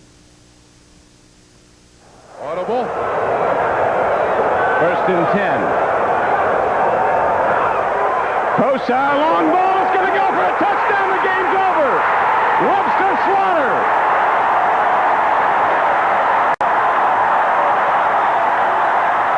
So the Bengals and Browns are tied. They meet in week 15 of the 16-game season in Cincinnati. Perhaps the division title will be at stake. But the key is, of the remaining games, the Browns have a much easier remaining schedule than do the Bengals. So Cleveland 37, Pittsburgh 31. Paul? Well, isn't it amazing what happens to a quarterback like Kosar? Now, last year, the Cleveland Browns had 2 running backs that got over 1,000 yards. All of a sudden, Cleveland goes out, they find a couple of wide receivers, takes the pressure off the running backs and off of Ozzie Newsome, who now is starting to catch the ball because they have some wide receivers. It makes for a great quarterback. I think Kosar is, if he has the protection, or keeps the protection he's getting, he's going to be someone to reckon with, because the man obviously can throw the football, and he's very young. Let's check the rest of the scores. The guys from your hometown, Buffalo, have now lost 22 consecutive road games, 1 shy of the record for futility, 23 straight road losses by the Oilers a couple of years ago. 22-19 is the final at New England. At one time, the Pats led 15-0. The Bills came back, led 19-15 briefly before Eason threw to Greg Beatty, the rookie from Stanford, 13 yards late in the game to pull it out for the Pats. Houston goes to 3-9. The Colts are 0-12. It was 31-3 before the Colts scored 2 touchdowns in the last minute as a consolation prize. 31-17 the final. Warren Moon throws for 3 touchdowns for the Oilers, and so the Colts are still in line to draft Vinny Testaverde. Whether or not he wants to play for them is another question. Testaverde, the almost certain winner of the Heisman, will be our guest on the pregame show next Sunday on NFL 86. And Detroit won at Tampa Bay today, 38-17. Joe Ferguson threw a couple of touchdown passes for the Lions. Late in the game, he stepped aside. In came Chuck Long, the rookie out of Iowa, and on his first ever NFL pass attempt, he threw for a score to Leonard Thompson. The second half between the Chiefs and Cardinals coming up right after these messages from your local stations. Stay with us. Welcome back to St. Louis here at halftime. The Cardinals in front of Kansas City by a score of 9-0 during half. You know, we had a couple of plays in the first half that the replay official was involved in. We talked to Fred Silva during halftime. He was very thrilled that we were talking about it.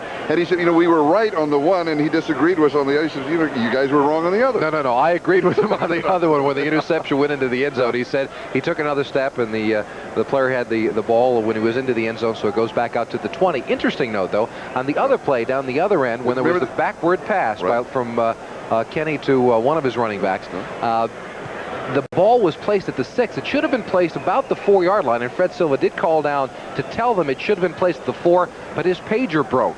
And so the system breaks down once again. Yes, it does. Yeah, but it is still working, and so and we're with it for this year. That's right. We will have it through the year, and of course the owners will take a look at it at the end of the season. Now what we're with is this ball game right now, and it has been all St. Louis. Let's go back and review the highlights of the first half. And it begins with a field goal with the Cardinals getting on the board. Or excuse me, this is one they missed. Short and to the right, and they do not get on the board, but they do here. This is the first touchdown that St. Louis scores during the first quarter all season long. That was Green getting in on the 5-yard pass from Lomax. And then the field goal goes through from a short distance for the score 9-0. Lomax did have his problems. The blitz coming in, Green making a break off, but Lomax not reading it correctly, and the interception. That set up this possibility by Kenny. With no timeouts, though, he has to go deep, try to get into the end zone. He goes to Kaufman, but the ball is intercepted, and that is the one that we mentioned before with Fred Silva. He says that, yes, the interception took place into the end zone, so it does come back to the 20-yard line. Take a look at the first half stats. The Kansas City Chiefs with only 4 first downs in the entire first half. Both rushing and passing has been anemic. 39 and 36 yards respectively, 75 total yards. Their offense in real trouble. Kenny just 7 of 15, not bad, but not for a great number of yards. What has happened to Kansas City? They're flat. They should be up. Denver lost today. They know that they can move within a game of the Broncos. They are really, it's not a long flight coming in from Kansas City to St. Louis. And it's the same time zone. They're blowing up great opportunities. I'm sure John Makovic walked in and said, you know, you're really blowing an opportunity. You've got a shot at the playoffs. Just because you got beat last week by Denver does not mean you're out of this thing. All you have to do is come in here and beat a team that's 2-9. And they're not doing it. They're running the ball on first down for a little yardage, and Kenny has not been effective this far. Sycamore for St. Louis after the 10, the 15, the 20, 25, 26-yard line. And that's where the Cardinals will go to work only once this year. Now, the Chiefs been shut out in the first half, 16-0 at San Diego. They came back to win that ball game. Lewis Cooper making the tackle here.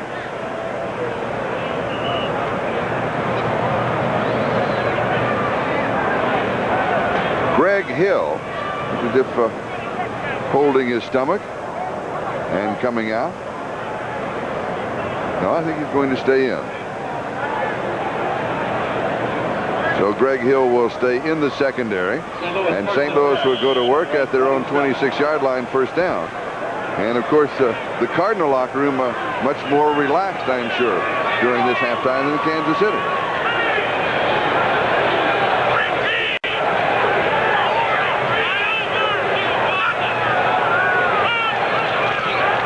On the pitch to Stutt Mitchell, and Mitchell will lose a yard back to the 25, so it's going to be 2nd down and 11 as Dino Hackett, the rookie out of Appalachian State. No, it's Lewis Cooper again who was there, excuse me.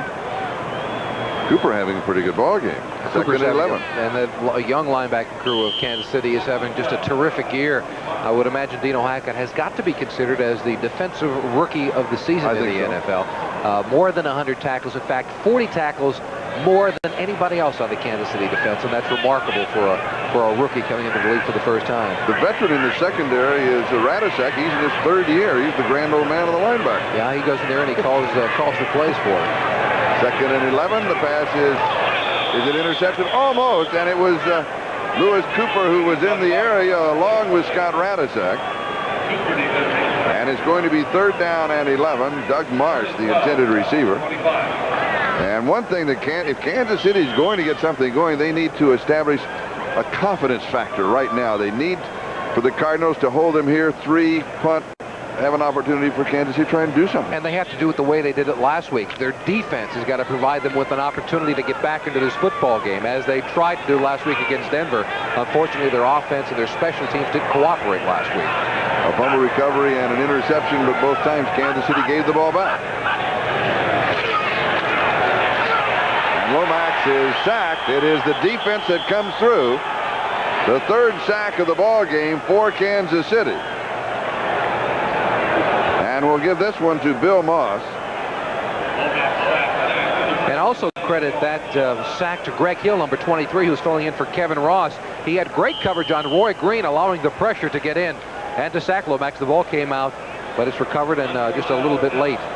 Apparently Lomax is already in the grasp and ruled down by the official. Loss of 8, and here is the kick. And Jeff Smith, it goes over his head. He lost it in either the lights or the night, and it rolled for another 10 or 12 yards. A major mistake by Jeff Smith. Yeah, that is a major mistake. You've got to always catch the football back there, regardless of where it is, especially when it was only 4 or 5 yards over his head. The only answer must be that he lost the ball on the lights in some way, although it seemed to be high enough to get out of the lights pattern. Here at Busch Stadium, I've played here before during the nighttime. There is calling for the fair catch. You see, it's only a few yards beyond him. It seems like he just misjudged it. But the lighting situation is good here for a receiver and a punt returner. So it goes as a 52-yard kick, and Kansas City has the ball at their own 31-yard line. 1st down, their first opportunity from scrimmage in the 2nd half, and Mike Pruitt gets the call. And they come out running once again on 1st down. It was one of their problems in the 1st half. They did run on 1st down, but they did not get more than 4 yards. And in the NFL, that's the situation you have to have on 1st down, to set up at least a 2nd and 6 situation so that you can have the option of running or throwing. They have that now, which puts the St. Louis Cardinal defense at bay. 2nd down and 4. 37-yard line. Chiefs in their own territory. Herman Hurd. And Hurd, with those fresh legs, goes to the 48-yard line. He has 11 and the 1st down. And Hurd running like the running back of old. He said he just wanted another opportunity to go in and show that those fumbles were not something that was a habitual problem, but something that simply occurred against him. You can see he is a fluid runner, and really the best pure running back as far as rushing ability is concerned that the Kansas City Chiefs have. They're going to need him if they're going to continue on their way to the playoffs, because their rushing attack needs an added boost. 1st down for Kansas City. Kennedy to throw far side, and the pass is there. It is complete. And Walt Arnold, the tight end, is the man who pulled it in. Carl Carter had the coverage. St. Louis 46-yard line.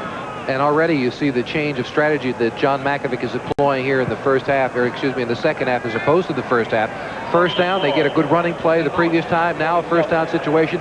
They go to the quick out, pick up 5 yards. Now they've got the option. They can run or they can throw, because St. Louis isn't quite sure with just 5 yards to go for another 1st down. 2nd and 4.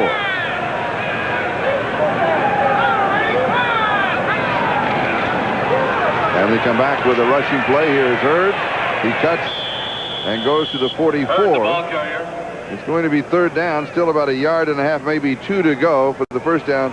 Al Baker makes the tackle. Today's telecast, now actually tonight's telecast, presented by Authority, the National Football League, intended for the private use of our audience. Any rebroadcast or other use of this telecast without the express written consent of the St. Louis Cardinals and the National Football League is prohibited. 3rd down, short yardage. Do you gamble and go deep here? Yeah, well, no, I think here you've got to get a first down because it's vitally important to them for motivational factors and for confidence to get something out of this drive. Here's Larry Moriarty. Slips one tackle, is down at the 45-yard line. He loses a yard. So it is 4th down and 3 at the 45-yard line. Carl Carter made the tackle. And that means that Lewis Colbert will be punting. Larry Moriarty was known as Jerry Glanville's yard and a half back in Houston, and since coming here for the trade, he's getting a little more mileage out of a one-back offense that Kansas City has employed because of the injury to Jeff Smith. There, though, knocked off his feet and unable to use the great power he has to get that yard and a half when necessary. Excellent defensive play by Carl Carter, who is the rookie taken in the 4th round of the draft out of Texas Tech. And this will be chased into the end zone for the touchback. So we'll bring the ball out to the 20-yard line where St. Louis will have possession with 10:54 left to go in the 3rd quarter. A 45-yard punt. The Cardinals out in front by... This is Charlie Jones, Jimmy Cephalo. 10:54. Time remaining 3rd quarter here at Busch Stadium. The Cardinals in front of the Chiefs by a score of 9-0, and St. Louis has the ball at their own 20-yard line. And thus far, the Cardinals can do no wrong. The Chiefs can do no right. St. Louis has dominated the ball game. Roy Green in motion. Lomax hands off to... And the stumper has a couple to the 22. And it'll be 2nd down and 8. Tim Cofield was there with a tackle. Now let's check the scores. Washington, what a roll. 34-0 over Dallas. Rams by 4 over New Orleans. 6th quarter. No, that's right. No, what that game? They've been playing forever. They really have. The computer's having fun with us. All right, guys, come on, computer. They marked Stump's last gain for 3, and so it is 2nd and 7, and with a chance here to pick up the first down, and he does, and he breaks it down the sideline, all the way to the Kansas City 49-yard line. 29 yards on the play for Stump Mitchell. Art Still finally got him, or was it Leonard Griffin? It was Still. And Mitchell coming up limping a little bit on the play. His great ability is to cut very sharply while keeping his feet. There you see the move to the inside and taking the defensive back Greg Hill down with him as he goes because of his ability to make that sharp cut on the run. What does he do with his jersey so you can never see the bottom of his numbers? Does he have it tucked in so you can't get a grip? Notice how that is? I've never noticed before. It seems like he's so barrel-chested. It's really tight around the midriff area. A lot of running backs will do that so that no one can grab a hold of them as they're trying to slip out from the backfield. First down at the Kansas City 49-yard line. Lomax. This is a quick screen to Green. And a good defensive play by Albert Lewis. Green put a couple of moves on him. He did move. By the way, injury report on Kevin Ross. You know, he got his finger poked in his eye. He's okay, but the eye's swollen shut. So he can't play. And so Greg Hill is playing at that right corner spot. But it's not anything of any kind of permanent injury. Loss of a yard. 2nd down and 11. Albert Lewis with a nice play. Anytime you can stop Roy Green man on man, you've done quite a job. The job of a defensive back is to stare straight into the numbers of a receiver in that situation, because you can move your head, you can move your hips, but you can't move that number anywhere. The number. That's right. It stays wherever you go.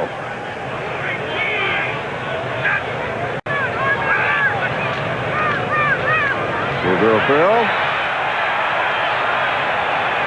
And the Cardinals beginning to mount a rushing game almost to the 40-yard line. So it's going to be 3rd down and about a yard. Whitney Paul led the defense there. And Farrell seems to slow up a little bit. He's got a lot of people right and pulling in front of him. A couple of blockers. Louis Sharp, number 67, getting to him. And then you see he kind of didn't put his head down and try to run anybody over to get that extra yard. Errol Farrell seemed to be a little bit shy of the contact on that play. Well, but he has been, you know, he's been struggling on an ankle. That's right. Injury, so that may... Exactly. That's the problem. When you get banged up, you get this late in the season. Earl Farrell is usually a very strong, tough running back, but the injuries will create that. He saw the big hole and he hit it quickly enough. He just didn't lower the shoulder like he normally would had he been completely healthy. 3rd down and a yard. Good play action fake. And all alone is Farrell. There was nobody there. He goes to the 25-yard line. Gain of 15. It was 3rd and 1. And they go with the fake to Sikahema in the backfield. Farrell has got 40 catches on the year coming into today, second on the team. So not only is a fair runner and a good blocker for Stunt Mitchell, but he has the ability to come out of the backfield and make a catch as well. And also they're going at the side of Greg Hill, who's replacing Kevin Ross. 25-yard line of Kansas City, first down for St. Louis.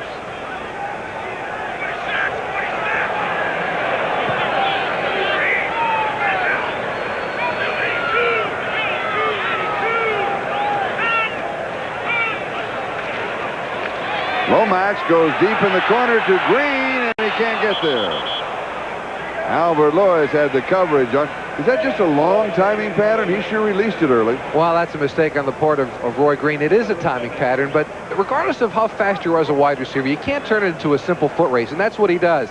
He just tries to run down the field. Now, Ross has the line of the end zone to help him out. He knows he's not going to run 60 yards for a touchdown, and so the foot race turns into just a dead heat. And Ross is there and makes it a tough throw for Lomax because he didn't have a definitive target to get the ball to. What a receiver should do in those situations is to stutter a little bit, try to get the defense back to stop, and then blow by him. That way it's not just a foot race, it's skill, and you create a cushion between the receiver and the defensive back. Second down and 10. The ball is at 25-yard line.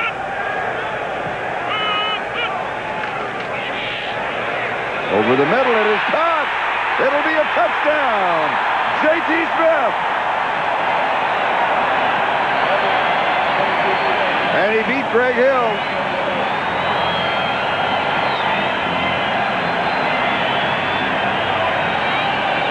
"25 yards on the touchdown pass, an 80-yard drive in 7 plays for the Cardinals." Now, J.T. Smith coming up limping on the play, but that was just a great maneuver by Neil Lomax. He read the blitz. Another breakoff pattern. Actually, J.T. Smith is what on that play is called a hot receiver. He sees the blitz coming. He's got to break his pattern to the inside. You see him watching? There's a blitz from the linebacker. I've got to break my pattern. He does. He makes the catch. He's on the same page as Lomax. They both read the blitz, and he beats Greg Hill, as you mentioned, Charlie. They're working that side because of the injury to Kevin Ross. He gets a nice block downfield by Green, and we've got to score. And we also have a receiver injured on the spike. That's how he got hurt. Oh, no. He spiked the ball and hurt himself. Unbelievable. And what is one of the great injuries to a teammate of yours on the spot? Duriel Harris, Monday Night Football, national television. But you know what? I got to tell you, I loved it because I got to play. He was all right. He only missed a couple of series, not catching the balls. But, you know, I mean... But you remember it, don't you? All right, now, Eric Schubert to try the point after.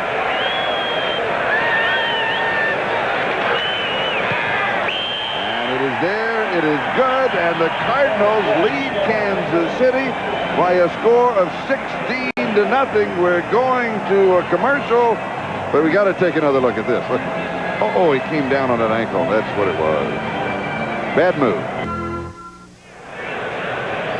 6 minutes and 46 seconds. That is the time remaining in the third quarter, and the surprising St. Louis Cardinals lead the Kansas City Chiefs by a score of 16-0. And Eric Schubert will be kicking off. Jeff Smith takes it.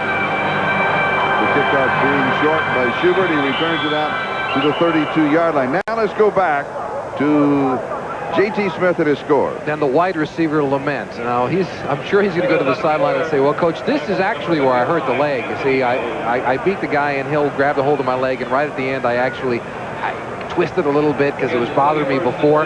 But, you know, I gutted it out, and I looked like I ran into the end zone as if nothing in the world was bothering me, and I was so excited I spiked the ball, and then I remembered through my excitement that, yeah, my ankle was hurt, and then I limped. But it really didn't happen when I spiked the football, Coach. Honest, and please don't find me. Would he get away with it? Well, I heard that story from Duriel Harris, so I thought it probably worked for JT if he wants to. I thought maybe it was one of your old stories. Kansas City comes out with Herman Hurd, and Hurd goes to the 39-yard line. They mark the line of scrimmage as the 31. With a gain of 8, 2nd and 2, Lonnie Young, the free safety for the Cardinals, makes the tackle. Now, Kansas City is down 16-0. Because a lot of times, 6 minutes plus third quarter, they're not throwing. I thought they'd come out throwing. Well, I thought they'd start throwing the ball on first down. Yeah. Coming out the second half, they've been successful on 2 running plays on first down to put them in good field position. But I think to get back in this game, they're going to have to throw on first down and not just in the obvious passing situations. They need 2 touchdowns in the field goal to try and pull it out. You know, they were the favorite coming in. A flag is down on the play as Pruitt picks up the first down. Now, speaking of penalties, to this point, prior to this flag, Kansas City 4 penalties for 63 yards. St. Louis 0. They were offsides. That'll be their first penalty, but they will refuse it. I think they'll refuse it. The yardage is going to be about the same. They'll take the play. Offside, number 52 on the defense. Penalty is declined. First down. Here's good news. The computer is back. All right. Washington still, there wasn't anything wrong with that, 34-0. And the Rams still in front of New Orleans. Kansas City first and 10. San Francisco still leads. Oh, look what Seattle has done. And Seattle have been struggling recently. Their record is 5-6 in the AFC West. And basically, I don't know. You know, if they surprise everybody and win all the last ones, you know, they might slip back in. But well, that's a long haul for them. Pass far side on the first down to Henry Marshall is complete at the 45-yard line of St. Louis and looks as if it will be a first down, but let's see. They were going after Carl Carter, the defender, and it is going to be a first down. And they finally do break out of the pattern of running on first down and throw the football. In that situation, the timing play we've talked about all day long. 5 steps by the quarterback, 12 yards by the receiver. Throw it out there, and Marshall picks up the first down. Marshall, who is starting in place of Carlos Carson, as we mentioned earlier, injured and out of today's action.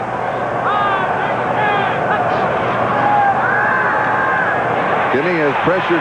He gets this one off to Hurd to the 36-yard line. And a gain of 9 on the play. It's going to be second down and 1. Ikonoga making the tackle. Ron Monaco also there. Yeah, do you notice Hurd, as you know, he hadn't played that much since those 2 fumbles that we talked about earlier. He's running with fire in his eye. He is really moving. Well, that's the great motivator is sitting on the bench because the next move, J.T. Smith had the same problem here, not a fumble problem, but he was placed on the bench by John Makovic, and a year later he was gone, and Herman Hurd remembers that, I'm sure.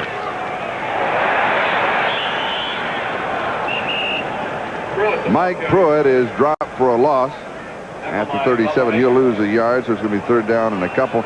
Al Baker just kind of bumped him with his shoulder and caught him just at the right off-balance moment and dropped him at the 37-yard line. 4.5 minutes to go in the third, and the Cardinals shutting out the Chiefs by a score of 16-0. Kansas City has to get something out of this drive. Third and a couple of yards. It's important for them to at least get Lowry an opportunity to kick a field goal. That means no sacks, no loss of yardage on the part of Kenny.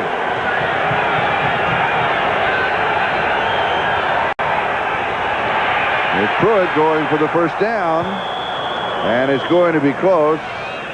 You spot the ball just inside the 35. Kansas City's deepest penetration today, and that should stand up for the first down. Galloway and Young were there for St. Louis.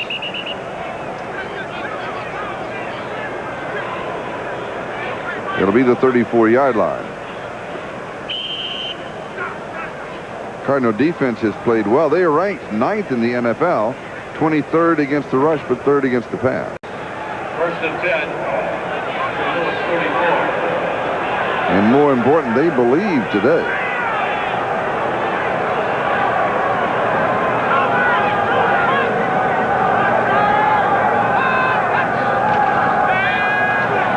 Kenny, the pass is complete quickly to the outside, goes to Page, and Stefan is stopped by Leonard Smith, and they'll mark it at the 27-yard line. Second down and 3. Go ahead. I'm sorry, Kenny just got the ball over the rush of the front 4 or 5 because there is a blitz on. It seemed that he just got the ball over Charlie Baker, who was blitzing on the play, got his arms up, but Kenny found an open hole and got it to Stefan Page for some yardage. He made a nice move around Baker. He did make a nice move around Baker. Second and 3.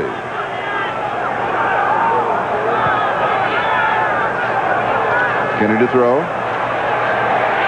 And he goes deep, and there's a miscommunication. What happens there? Page, the intended receiver, was an inside route. He was throwing an outside route. Well, it was Cedric Mack. I think Kenny was just throwing it away. Cedric Mack had great coverage against Stefan Page. And bump and run coverage. The wide receiver wants to go inside, and the defensive back is sitting inside. So how do you get him to move? Well, you fake him out. You tell him, well, I'm going to go out here for a while, so come on and follow me. I'm going to run out here.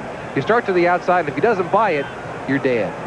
It's over. The play's over. Quarterback season says you blew it. He didn't buy your fake. I'm going to throw the ball away. And that's what happened with Kenny and Stephon Page on that play. Now you're 3rd down and 3, and you've got to throw here. Not necessarily, but I would look for Kansas City to throw the ball. Again, the important part, they need some points out of this. Don't keep Lowry out of field goal position. Herman Hurd. Cedric Mack again for St. Louis.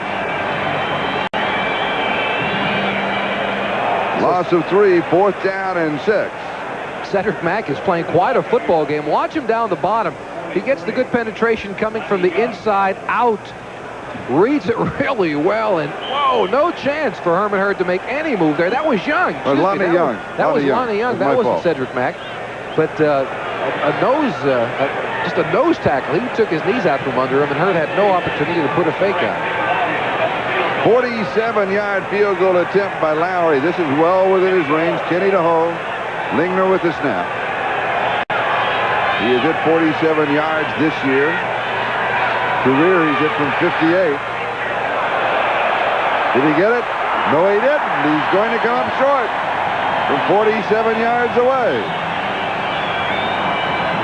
So another opportunity slips away from Kansas City. St. Louis leads 16-0. 3rd quarter. We'll be back.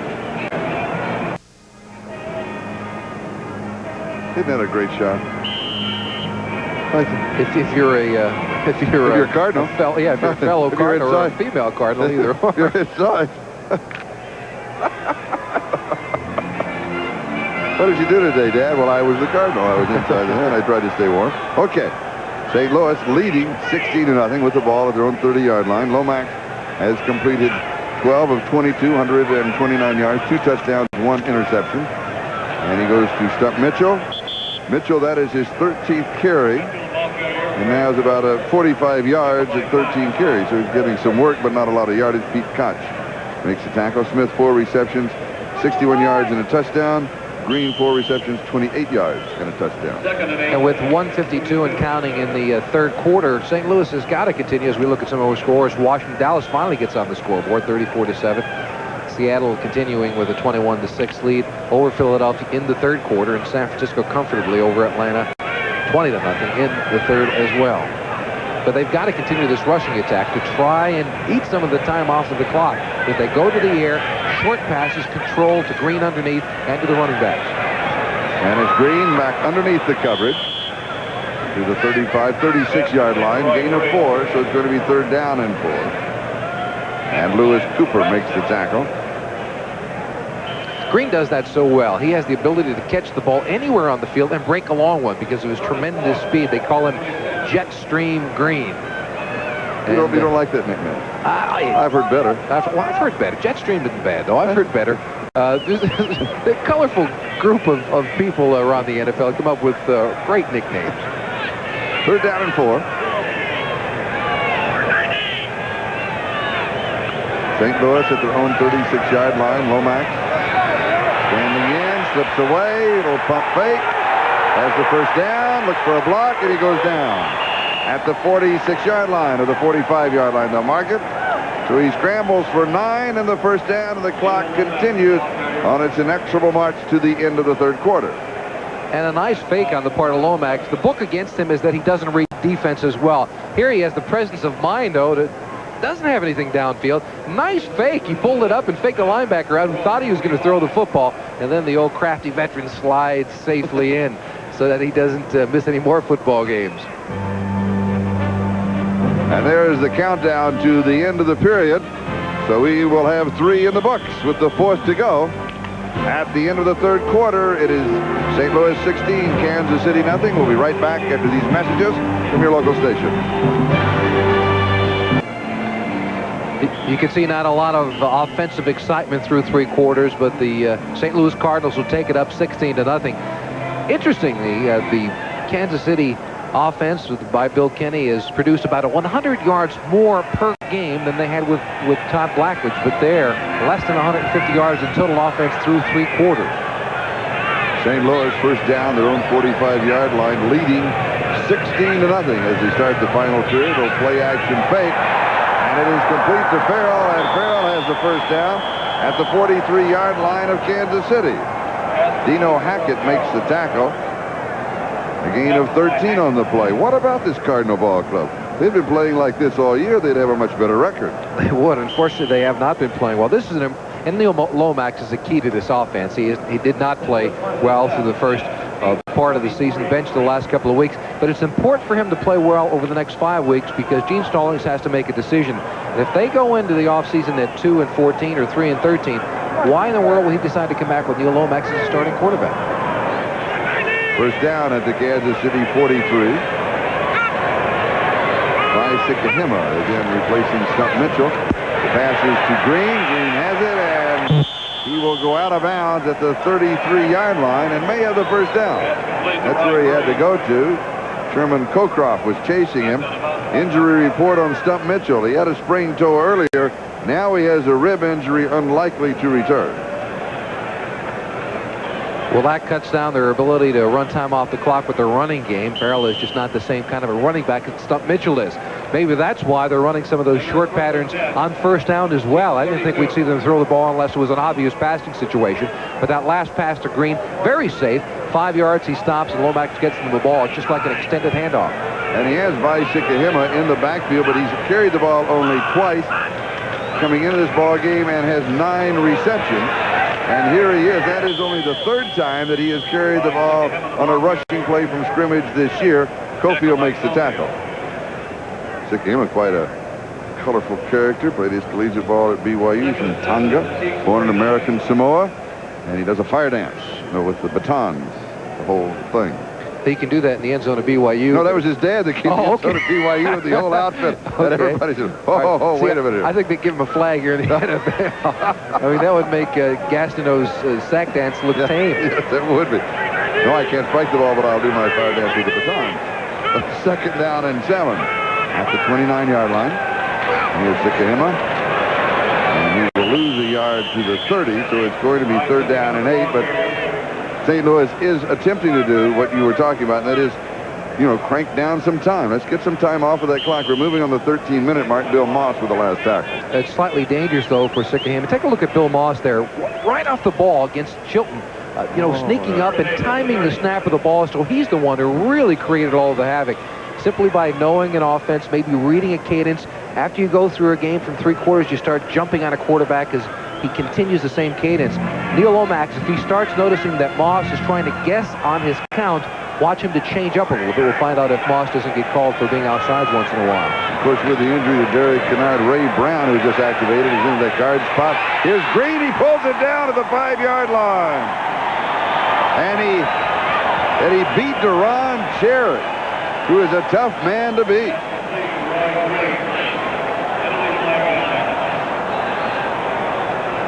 And it's going to be against Kansas City. Offside on the defense. Penalty is declined. Touchdown. 25 yards on the play to the 5-yard line. First down and goal to go. It's Art Still who's offside. Left part of your screen. Just there he is. Just one step quick. Offsides, and Tootie Robbins can't control him. He really leveled the quarterback. Lomax took quite a hit, but still had the ability to get the ball off, and Green makes a nice catch. Lomax, though, take a look at that. Under a lot of pressure, he sees somebody barreling down on him, has the presence of mind to get rid of the football. That's what 3 quarters of good football will do for you. First down and goal to go. 5-yard line. 12 minutes, 13 seconds. That is the time remaining. And St. Louis threatens just to blow it open. Now they don't want to make a mistake here. Something is wrong. Lomax did not like what he saw, so he takes a timeout. And that means it will go away and be back in just a moment. In the second half, Neil Lomax has completed 7 of 9 passes for 91 yards, and he has completed 6 in a row and has a first down and goal to go at the Kansas City 5-yard line.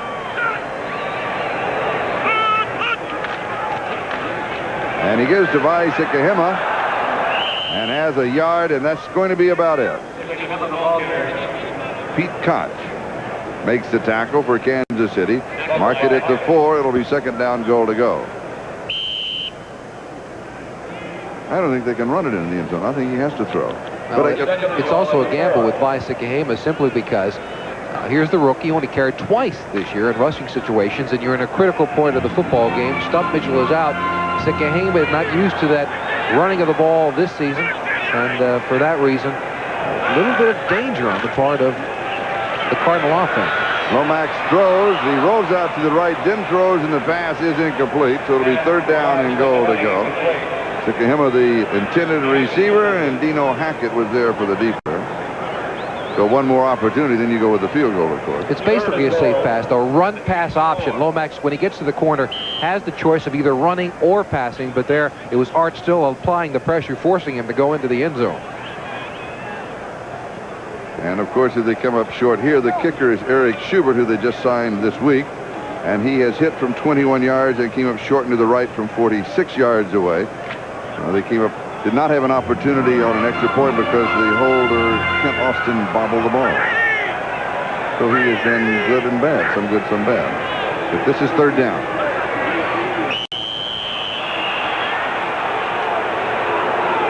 Lomax turns around. I thought he was trying to point something out to the referee that there's something he does not like about the call, because apparently he was going right into the teeth of the defense, and again, he does not want to make a mistake, because a touchdown here could, make it ever so difficult for Kansas City. Even a field goal. A field goal puts them up by 19 points, and then it forces Kansas City to go for 3 full touchdowns. Now, as it is, they only need 2 touchdowns and a field goal, feasible with 11 and a half minutes left in the game. But still, he's being booed. Look at those numbers, 16-27. That's not a bad day, I got to tell you. And this crowd is still booing him when he turns around and takes a timeout. This is the most critical part of the football game because the points here will put it away for St. Louis. No, this is the football game in reality. You're right. It absolutely is. It'll put the game out of reach if they can get anything out of it, a field goal or anything else. Lomax, though, this has been a difficult year for him. He came out with an autobiography called 3rd and Long, where he criticized... kind of like Stabler's one. He talked about everybody. Well, he talked a little bit. He talked about Jim Hannafin, who was fired here as the head coach a year ago. He talked about Earl Farrell and his problems, drug problems over the past year. So for that reason, Lomax has gone through a very, very difficult season. Have you written a book about your experiences with the Miami Dolphins? I gave up writing for Lent last year. I gave up Lent for what? No. All right. 4-yard line. 3rd down and goal to go.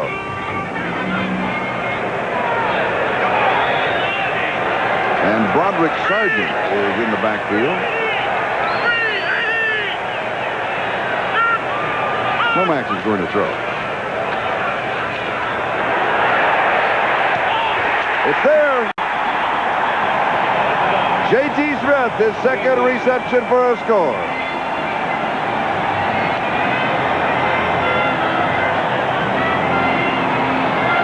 Lomax showing great patience. He didn't have anybody now. He wanted to go to the right side, but he had the presence of mind to come back to the left. And then J.T. Smith was not open, but he had to change his pattern, just find an open area, make sure he stays in the end zone, because, of course, if he crosses back over, it would have been a 4th down situation. Good play on the part of J.C. Smith and by Neil Lomax. Eric Schubert to attempt the extra point. Like all kickers tried out this week from New York. Did not bring a change of clothes, parked his car in short-term parking, and he made the team. He's going to have quite a bit when he gets back home. For Kansas City, they lost last week by at Mile High Stadium to Denver and needed to get something going. They obviously are not going to get anything going. Did this take them out of the playoffs? Well, there's 4 games left, and they wind up 2 games behind the Denver Broncos because they lost today. But more importantly, how do they run up against the teams they're in competition with for the wild card spot?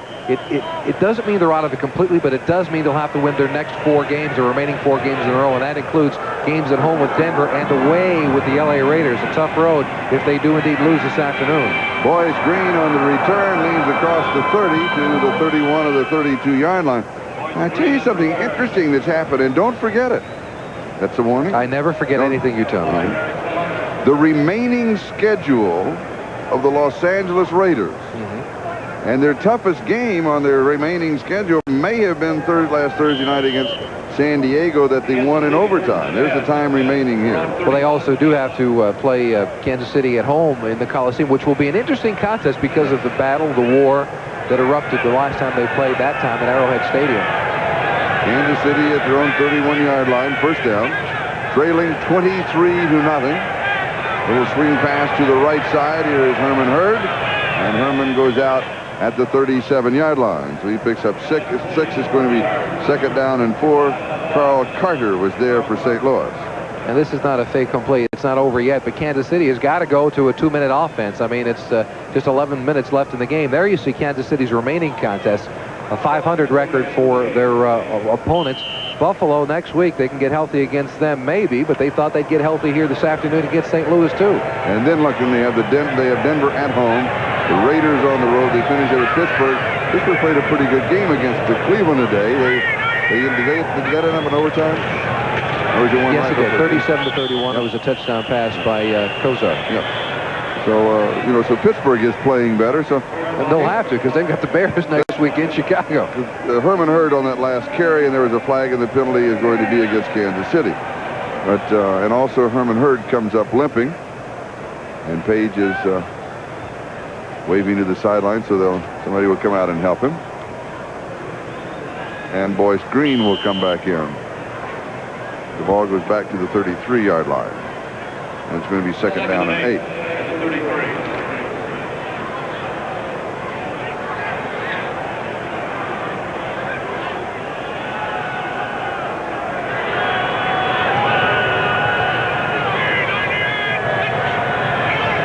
Kenny to throw.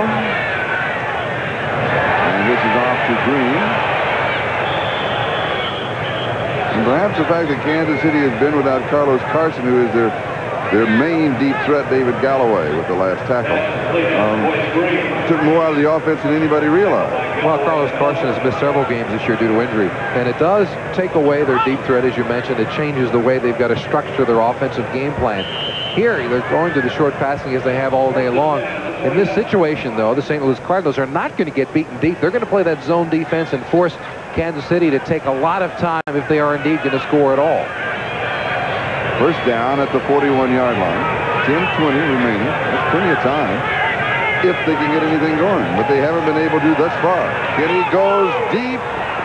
Page, and it is incomplete. Good defensive play, a little bit underthrown, but Carter turned around and made the play with his left hand. So it'll be second and 10. Carter had little to worry about on the play. It's a 3-deep zone back there. All he had to do was make sure he didn't get beat for the score. And so any move that Page may have made before underneath the coverage, don't worry about it. Just go back and make sure he doesn't beat you for the big one. And Carter goes up and makes the play, gets Stephon Page. And a conference being held by the officials. Here's the call. Rick Cashin says, don't mouth off. 12 men on the field on the defense, 5 yards, first down. No wonder they had 3 deep. They had 6 linebackers, 3 deep people, and hope that 4 or 5 guys rushing the quarterback. They had some kind of a problem as the play was beginning to be run. St. Louis was running players in and off the field, and that does not bode well for St. Louis. And that's their first penalty in the ball game. Well, they had the one that they declined earlier, but you're right. That's the first one that counts. It's been accepted. No, I think it's first down and 5. They moved the change. No, the change should have stayed back, and I believe it was first and 10 at the 41, should be first and 5 at the 46. They'll have to move the change back. And while they're doing that, we'll go back and check the scores. In the third quarter, Washington continues to lead Dallas.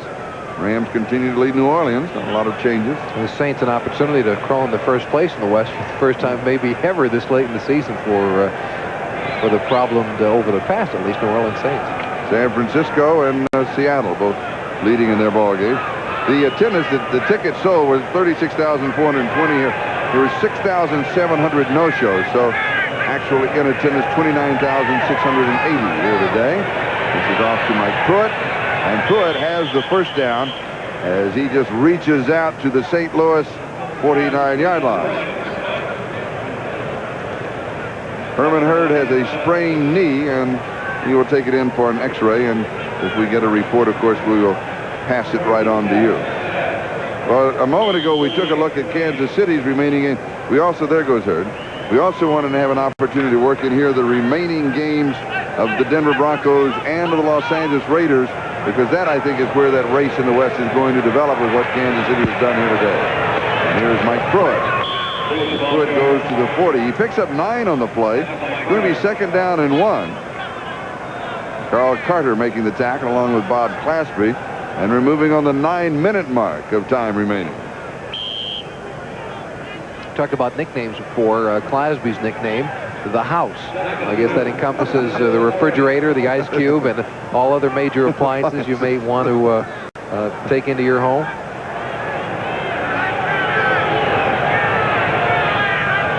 Second down and 1.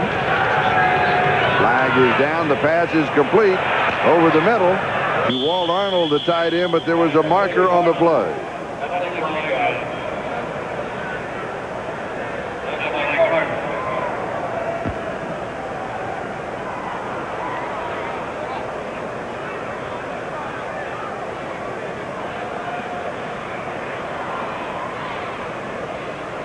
Offside, number 79 on the defense. That penalty is refused. Bob Griffin, the Claspy. passer, number 76 on the defense. He tacked on 15 yards. First one called on the House. The second one on Stafford Mays. And so the Cardinals, who went for such a long time without any penalties, now start drawing them in bunches.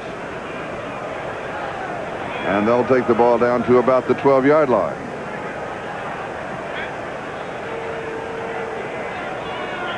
Chiefs 5 times for 68. The Cardinals now 2 for 20. And the ball at the 12. You're mentioning the House. You probably remember Bob Clasby's father, who was captain for Harvard. His father, Richard, 1953. 1953, you're right. Do you remember him? Of course. Going to the corner of the end zone. You're not going to trap me.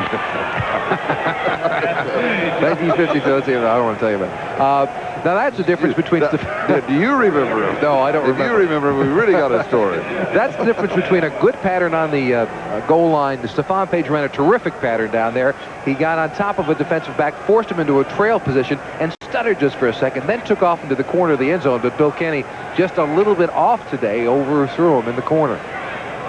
A trail position. Trail position. Get the defensive back exactly behind you so that he's got to react to what you do. If you stutter at all, he's got to stop. And then you take off again. You create a separation between yourself and the defensive back. That's why us slow wide receiver types were able to get open on occasion down there on the goal line, because you force a defensive back to sit behind you, exactly behind you. He watches your numbers, and you stop for a second. He stops, and you take off again, and there's a great separation created. Stephon Page does that, well, maybe as good as anybody in football. 8:37 is the official time on the clock.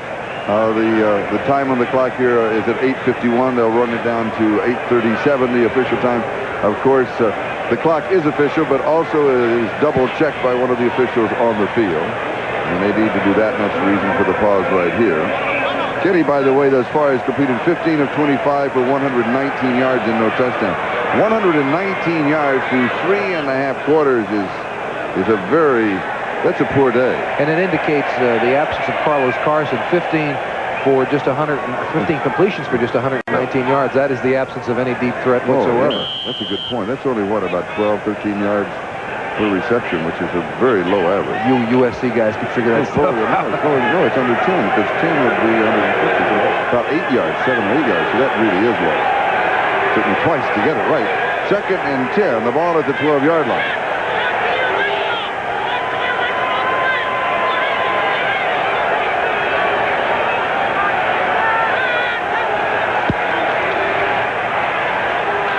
The pass over the middle is juggled and then held by Walt Arnold at the 6-yard line. So a gain of 6. It will be 3rd down and 4 at the 6. Ron Monaco was there. His first NFL start. Was Stephon Page open or not? It's his own defense, because the cornerback Cedric Mack lets him go, although he was wide open there for a second. Leonard Smith, number 45, the closest man to Stephon Page. And Ron Monaco, who made the tackle, rookie free agent from South Carolina.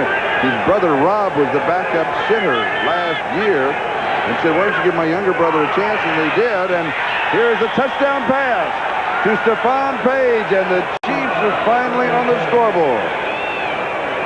And that's the exact pattern that I talked before about, that Stephon Page runs so well. That time he had Carl Carter forced behind him in that trail position, and he wins. Watch the bottom of your screen coming in. Well, that time he didn't get it completely behind him, but he did give him a move at the line of scrimmage, and that forced Carl Carter to wait a second. Stephon Page blew past him and got open. Makes a nice catch for the score. And he knows how to spike. You see, he spiked it with 2 feet on the ground. He never jump up in the air. Nick Lowry to attempt the point after.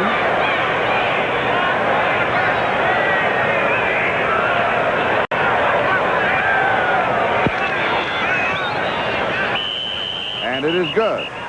And the St. Louis Cardinals now lead by a score of 23-7. We'll be back with a kickoff in just a moment. Seven minutes and 53 seconds left. The margin 16 points. Is it too soon to onside kick? No, they've got onside kick here. Down by 16 points with less than 8 minutes to go. You've got nothing to lose. Onside kick it right here. You're very positive.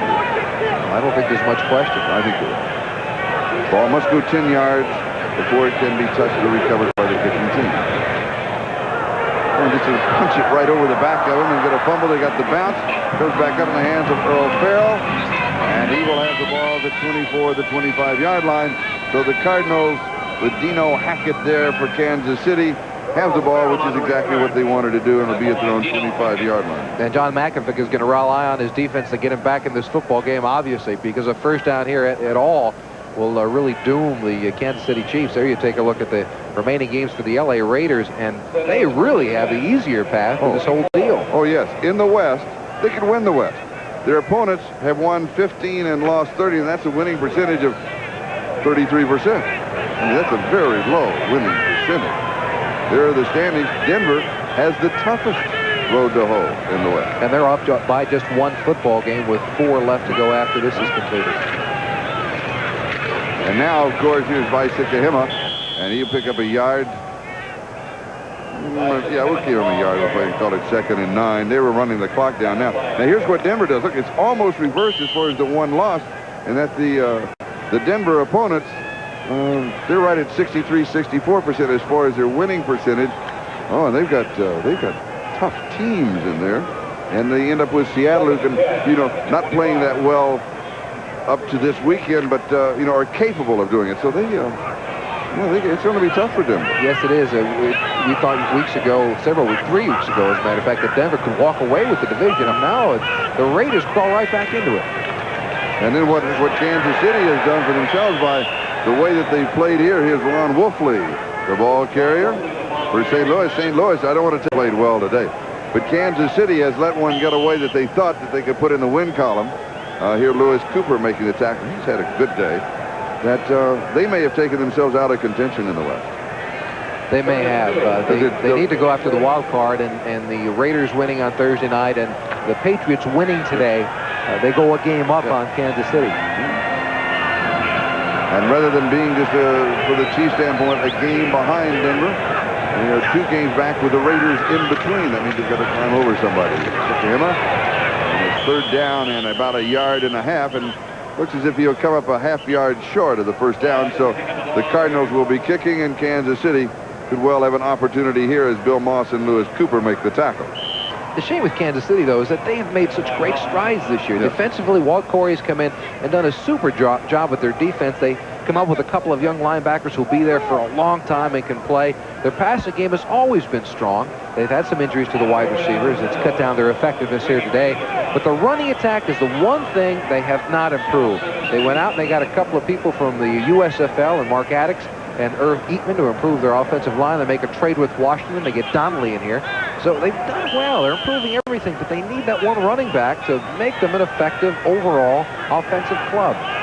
4th down and 1. The kicking team came out, and the chain gang came with them. They had to send them back. Here's pressure. He still gets it away. Jeff Smith takes it at the 30-yard line. And he'll return to the 35-yard line. So Kansas City will have the ball at their own 35-yard line. 5:46 left to go in the ball game. St. Louis in front.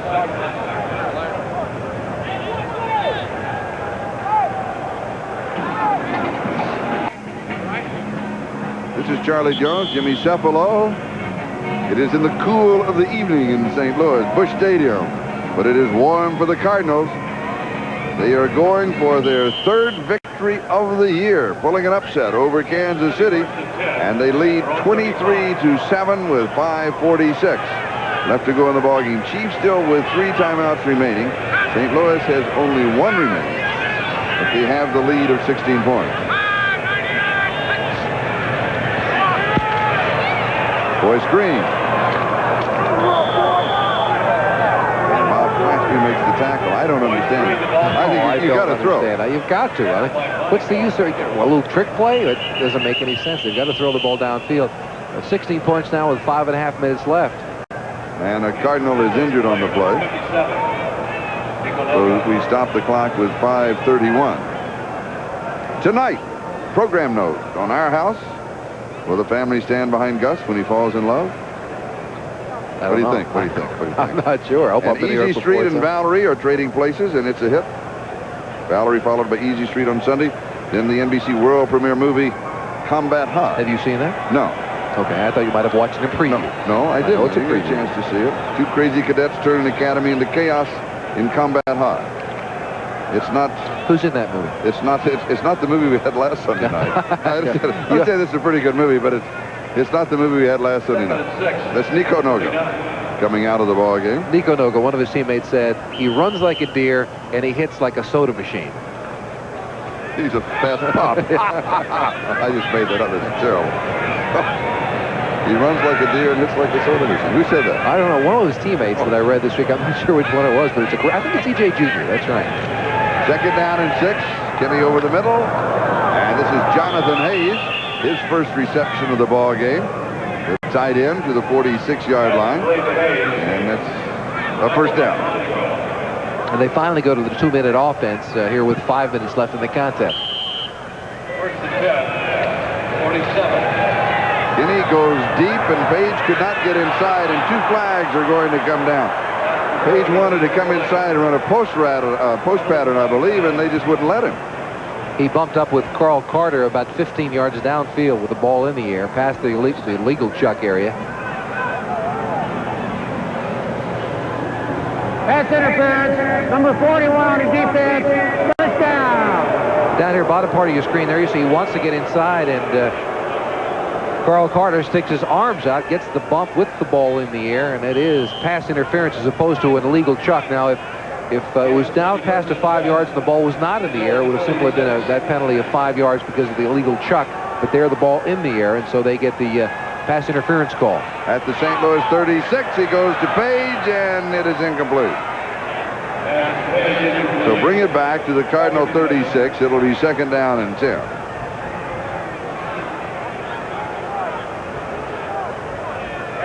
And Emil Harry has come in. The speedster from Stanford is a wide receiver.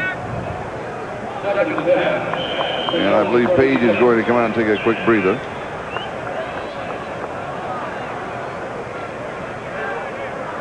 And that's all the wide receivers, pure wide receiver they have. They have Henry Marshall, Stephon Page, and Emil Harry. Carson, of course, out with the injury. They're down to only 3 healthy people out there. Wait a minute, is that Carlos Carson wide to the far side?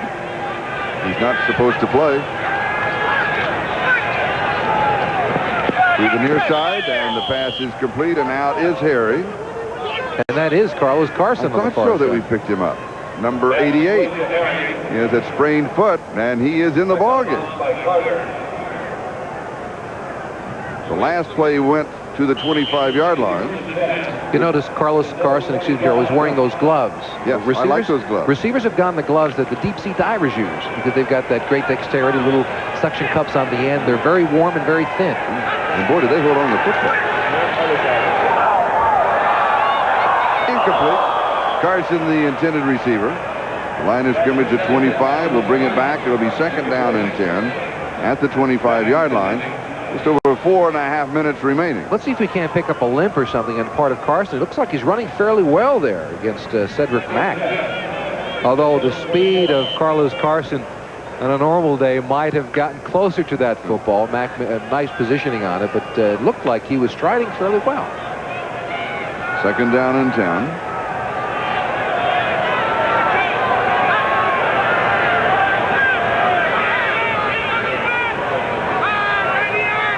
Marshall and Page now the wide receivers.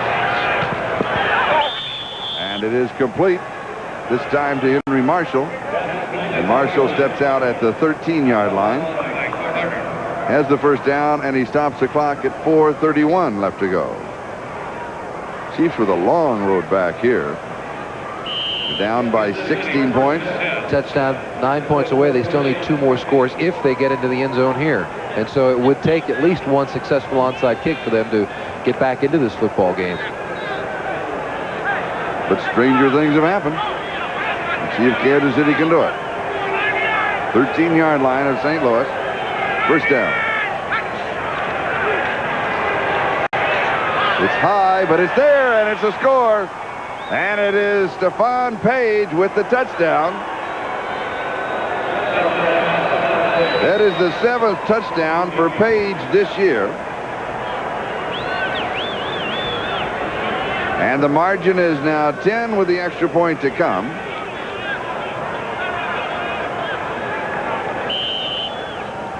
Surprised that he was that wide open under the circumstances, down by 16 points inside the 15-yard line, and wide open, not a player within 4 or 5 yards of Stephon Page.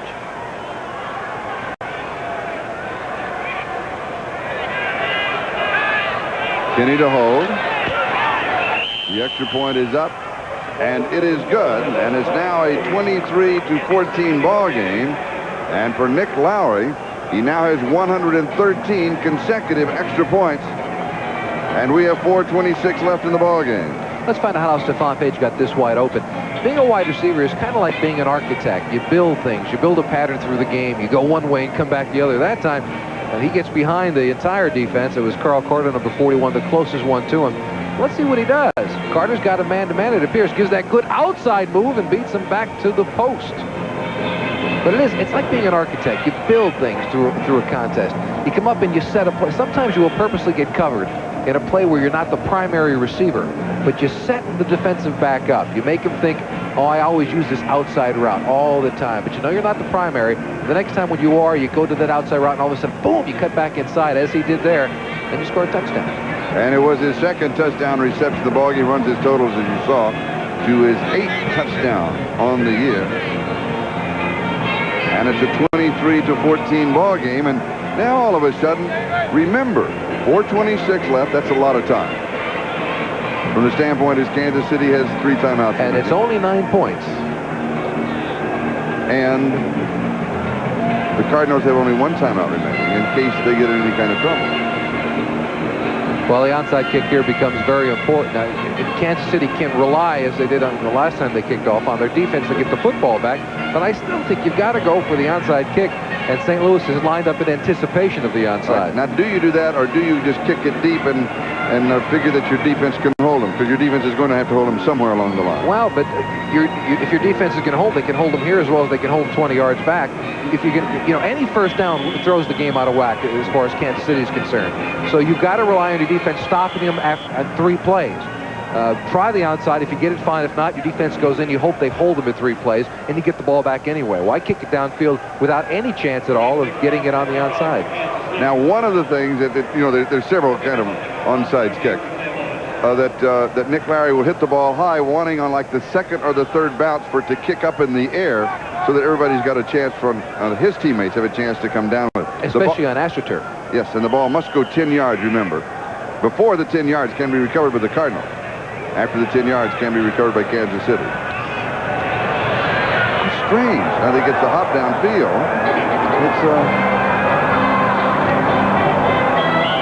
I'm surprised. I am too. Lowry seemed to look for that open area and split kick it as if you would when you don't want a return to come your way.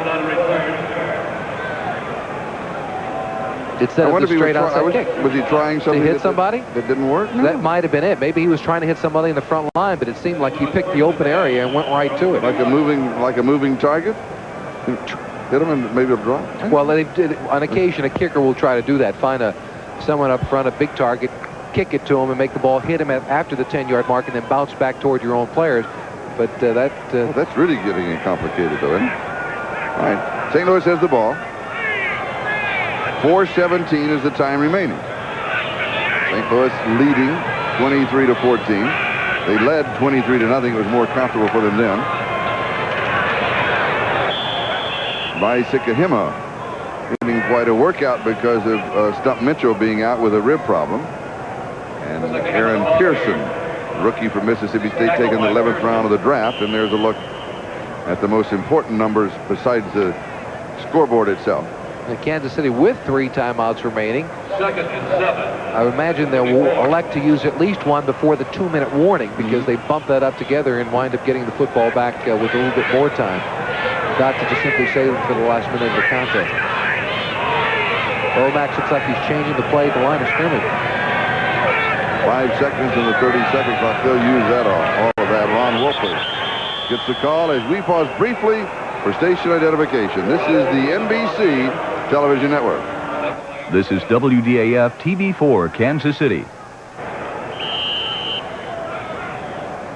This is Charlie Jones, Jimmy Cephalo with 3:15 and counting. That is the time remaining here at Busch Stadium. The Cardinals in front of the Chiefs with an upset working 23-14. But Kansas City has scored the last 2 touchdowns, a 6-yard pass and a 13-yard pass from Bill Kenny to Stephon Page. And the margin is 9. And remember that Nick Lowry's longest field goal has a career field goal of 58 yards. Incomplete. Roy Green, the intended receiver. That stops the clock, and it is 4th down and 6. The Cardinals surprisingly went to 2 very strange and very conservative plays during that first part of that series. They ran a strange little pitch play the first time out, don't get very many yards, come back with another running play, and then go to a shotgun, which seems to be inconsistent to me. Program note to those viewers who have just joined us to watch Our House. Please stay tuned, as Our House will be seen in its entirety immediately following this game. Jeff Smith signals for the fair catch. It gets away from him. He may not have touched it. And at first touching by St. Louis, that will be the point where Kansas City will take over the ball. That's the second time he's done that. The second time, the exact play, the ball bounced just about 2 yards behind him. Maybe the winds are swirling in here. That it was a swirling wind before, but that's very unusual that Smith would misjudge 2 punt returns in a row, and that was critical. I mean, that cost him another 10 or 12 yards. 47-yard kick. These are the early games. The Giants edging Denver. Right, there was 6 seconds to go, and we'll come back to all those scores in a minute. We don't want to rush them to too big a hurry. First down for Kansas City. The ball at their own 18-yard line. Trailing by 9. Far side has a man. It is there. It is Henry Marshall. Big play for the Chiefs. Are they going to rule it incomplete? Henry Marshall. He was juggling it going out. Yeah, I see he just dropped it over there on the far sideline, but he was wide open over there in the corner. I thought he had it. Let's see if we can take another look. 2nd and 10. As you see, wide open. He beats Cedric Mack. It just goes straight through his arms. It does. I saw him streaking. I never picked up the ball. I thought that he had it. Oh. 2nd and 10, back at the 18. Cardinals still hanging on. You're a St. Louis fan, you know, you got all the fingers crossed on this one. And he steps away, drops it to Paul Kaufman, and Kaufman is dropped. And Kaufman makes the mistake, surprisingly for the veteran, of tumbling back inside instead of heading for the sideline, but there is a flag down. So the clock is stopped. 2:20. Clipping against Kansas City.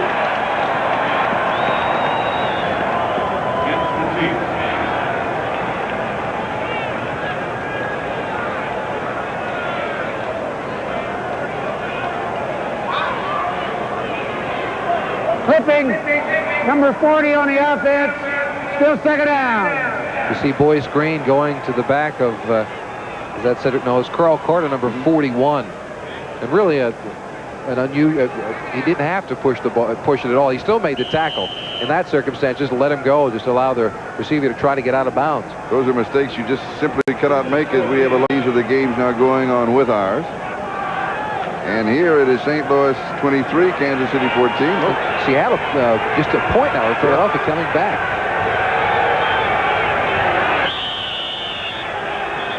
And the 2-minute warning will now be given to both benches. So with 2 minutes to go, it is St. Louis 23, Kansas City 14, and we'll be back to Busch Stadium in just a moment.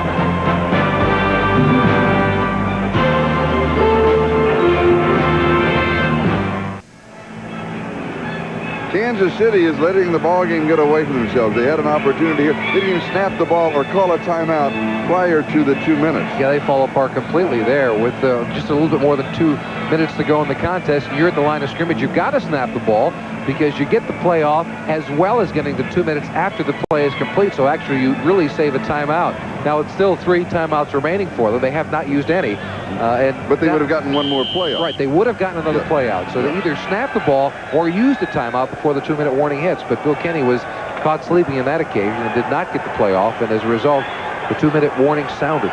These are mistakes you simply cannot afford to make.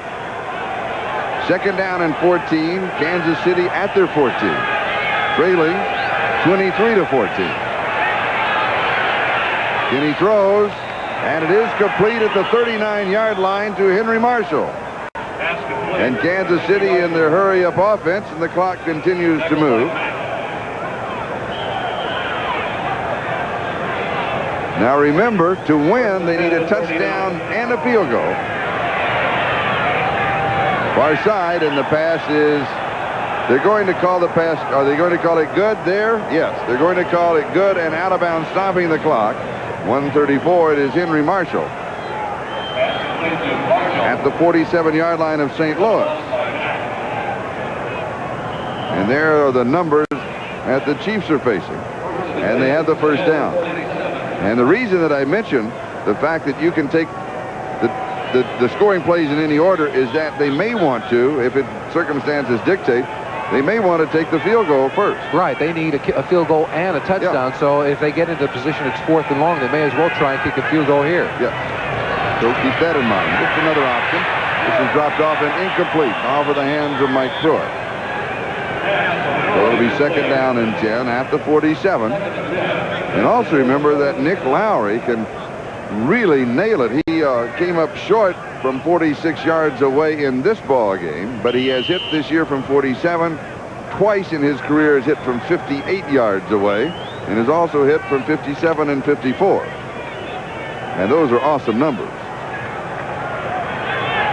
Emil Harry is in as one wide receiver. It is second down and 10. And he steps forward. He goes deep into double coverage at the 5-yard line, going to Harry. They had just dropping back in center field, waiting for him. Carter was there, and that Lionel Washington back with him, I believe. So it's going to be third down and 10. Now you're back at the 47-yard line of St. Louis. And they need just one pass completion to get within Lowry's range. With 3 timeouts left, they can either try for the onside kick, and if they don't get it with 3 timeouts left, rely on their defense to hold St. Louis. So they've crawled back into the football game despite making some mistakes, like the Marshall drop on the sideline, which would have put him in an early position here after the first play of this series, and a mistake by Kenny by not getting a playoff before the 2-minute warning. Third and 10. It is incomplete.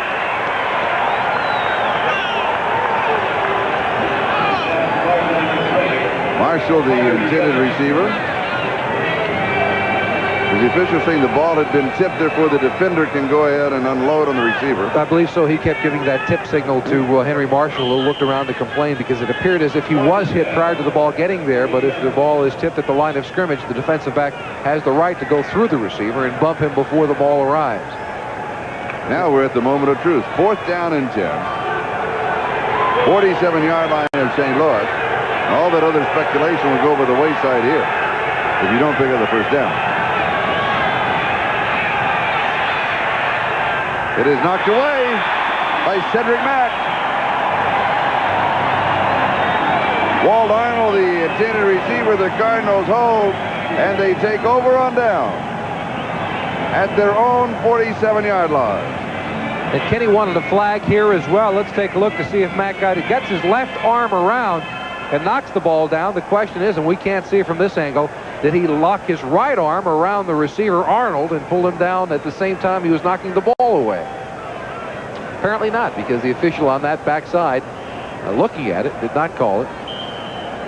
And St. Louis has the ball at their own 47-yard line, needing now only to run off 1:12 off of the clock.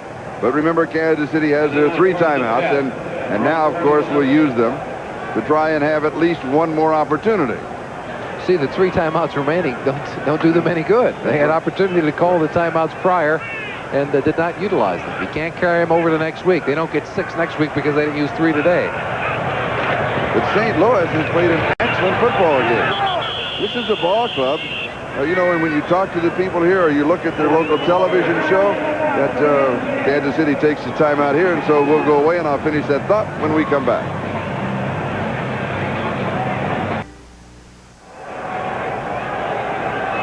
As we come back, Lomax completing 17 of 29, 185 yards. He's thrown for 3 touchdowns, intercepted 1 time.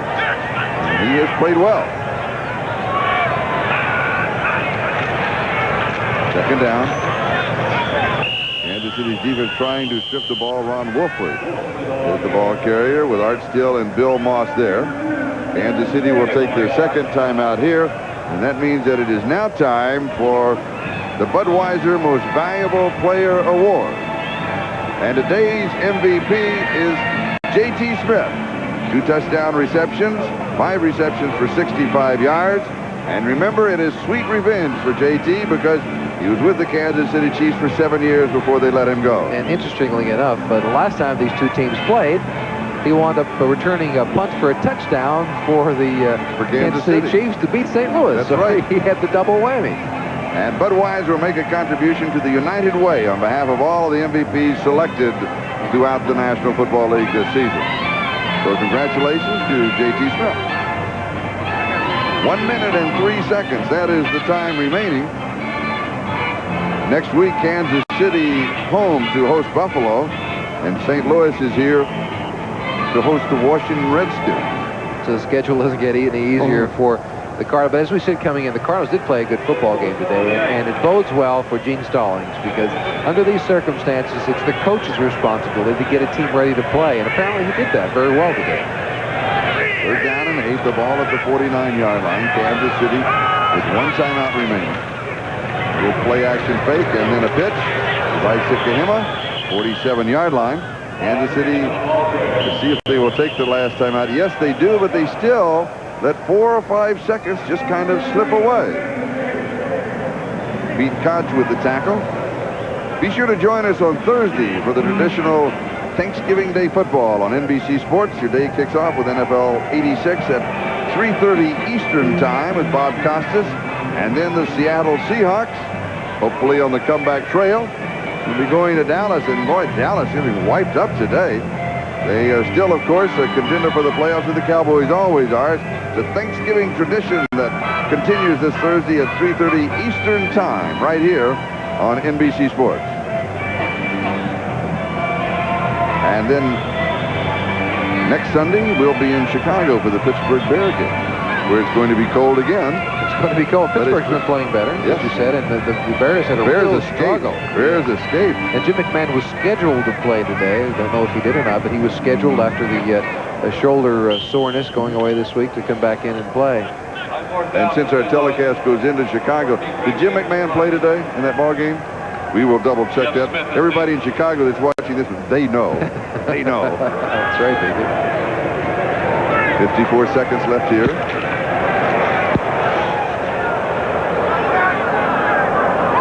Taken at the 20-yard line, a fair catch. And this was Emil Harry. So they did make the switch after Smith making the mistake of not fielding the ball back there. Emil Harry back on the punt return. McMahon did play today.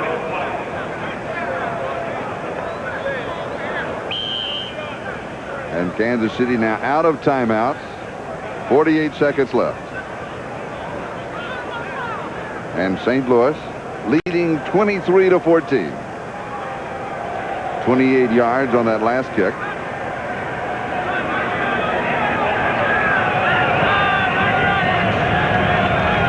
Kenny back to throw. Deep sideline and maybe intercepted. No, they're going to rule it incomplete. Marshall, the intended receiver, That's still a tremendous play by Carl Carter. Oh, he was yeah. in that trail position, as I mentioned before. Only he had deep help. Someone is behind him, so he doesn't have to worry about the receiver going deep. He just follows him all the way around and dives, makes a nice play by cutting the ball off from the intended receiver, Henry Marshall. McMahon, 12 of 32, 95 yards, intercepted 3 times, ineffective, replaced by Tom. And so the layoff really hurt McMahon with that sore shoulder in a couple of weeks. Looking forward to seeing him. We played golf at the Diners Shore last year. Looking forward to seeing him next week. On the ball, bounces up. It may never have touched the ground. Here goes Page. And Page goes out of bounds inside the 20. That's unbelievable. And they're talking about it way back. This may be called back. If it bounced up off somebody's foot, then Page did make the reception, but I'm not sure that happened. Page is, I think he's just winded, though, isn't he? All right, now let's take another look. Well, where does this ball bounce? Does it hit another player and bounce back up in the air? All right, hits the Cardinal. Goes down, comes up. Now, did the ball hit the turf? It's tough to tell from that particular angle. But a heads-up play anyway by Page. I mean, he has no idea where it bounced, where it hit. He might as well go and give it a shot. Yeah, we need to take another look at that. That's deservative of a deservative. That's a new word that I created for this play. That deserves another look. Now, the other question is the ball down? Is the pass incomplete? Or did the ball touch the ground? Let's look again. All right, different side. Here's a better look. Elbow. No, ball has not touched the ground. No, it has not. Ho, ho, ho. A heads-up play by Page. Yeah. All right. The ball never touched the ground. The elbow touched the ground. The ball came back up. Let's replay that angle just another time. That particular one. That's a great replay that Ken Edmondson and Harry Coyle have captured for us. And that's Cedric Mack with the interception, near interception. When he hits the ground, the ball pound. Now, here's another question. Did he have position before he hit the ground? And when he hits the ground... Did the ground cause the fumble? Right. Hey. Did he or did he not? There's a lot of questions here for Fred Silva, our replay official, to call. I think that he does not have possession yet because he's on his way to the ground. So the ball is still in play. It's still in play, and I think the play should should stand downfield with Stephon Page pushed out of bounds at about the 18-yard line. And a flag was just thrown in the air by the officials. And that's, Based on review by the replay official, the play stands. It's an interception, first down. So the ruling then is that he had possession, he hit the ground, and the ball the fumble was forced by the ground. All right, now look at that again. What he is saying is that the Cardinals have the interception, and then when they come down, the ball is jarred loose by the ground. The ground cannot cause a fumble. Now the question, does he have complete possession before he hits the ground? Unsportsmanlike conduct. Number 20 on the defense, 15 yards, first down.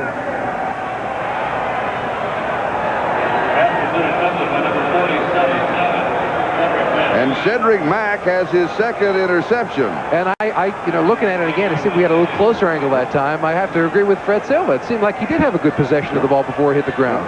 And the ground cannot cause a fumble. Absolutely. So the ball is dead there. Cedric Mack has his second interception. We have a mini controversy. They're always fun. And we have an unsportsmanlike conduct called against the Kansas City Chiefs, so tack out another 15 yards. I think that was on Deron Cherry, if I was correct. Is that right? We're checking that. I believe that's what he said. And so now St. Louis, they'll just run out the clock.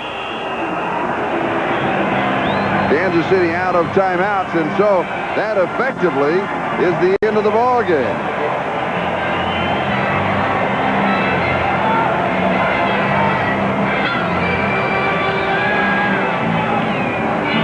The final score here is St. Louis 23 and Kansas City 14. And so for the St. Louis Cardinals, their record now is 3-9, and for the Kansas City Chiefs, the struggle goes on. In the West, their record is 7-5. As Denver has lost, the Giants win. Chicago wins by 2. Cincinnati wins by 4. Cleveland in overtime. The victors. New England had to come from behind the last couple of minutes of that ball game. Houston wins. Detroit wins. Washington with a big lead, and the Rams in front of New Orleans. Francisco. And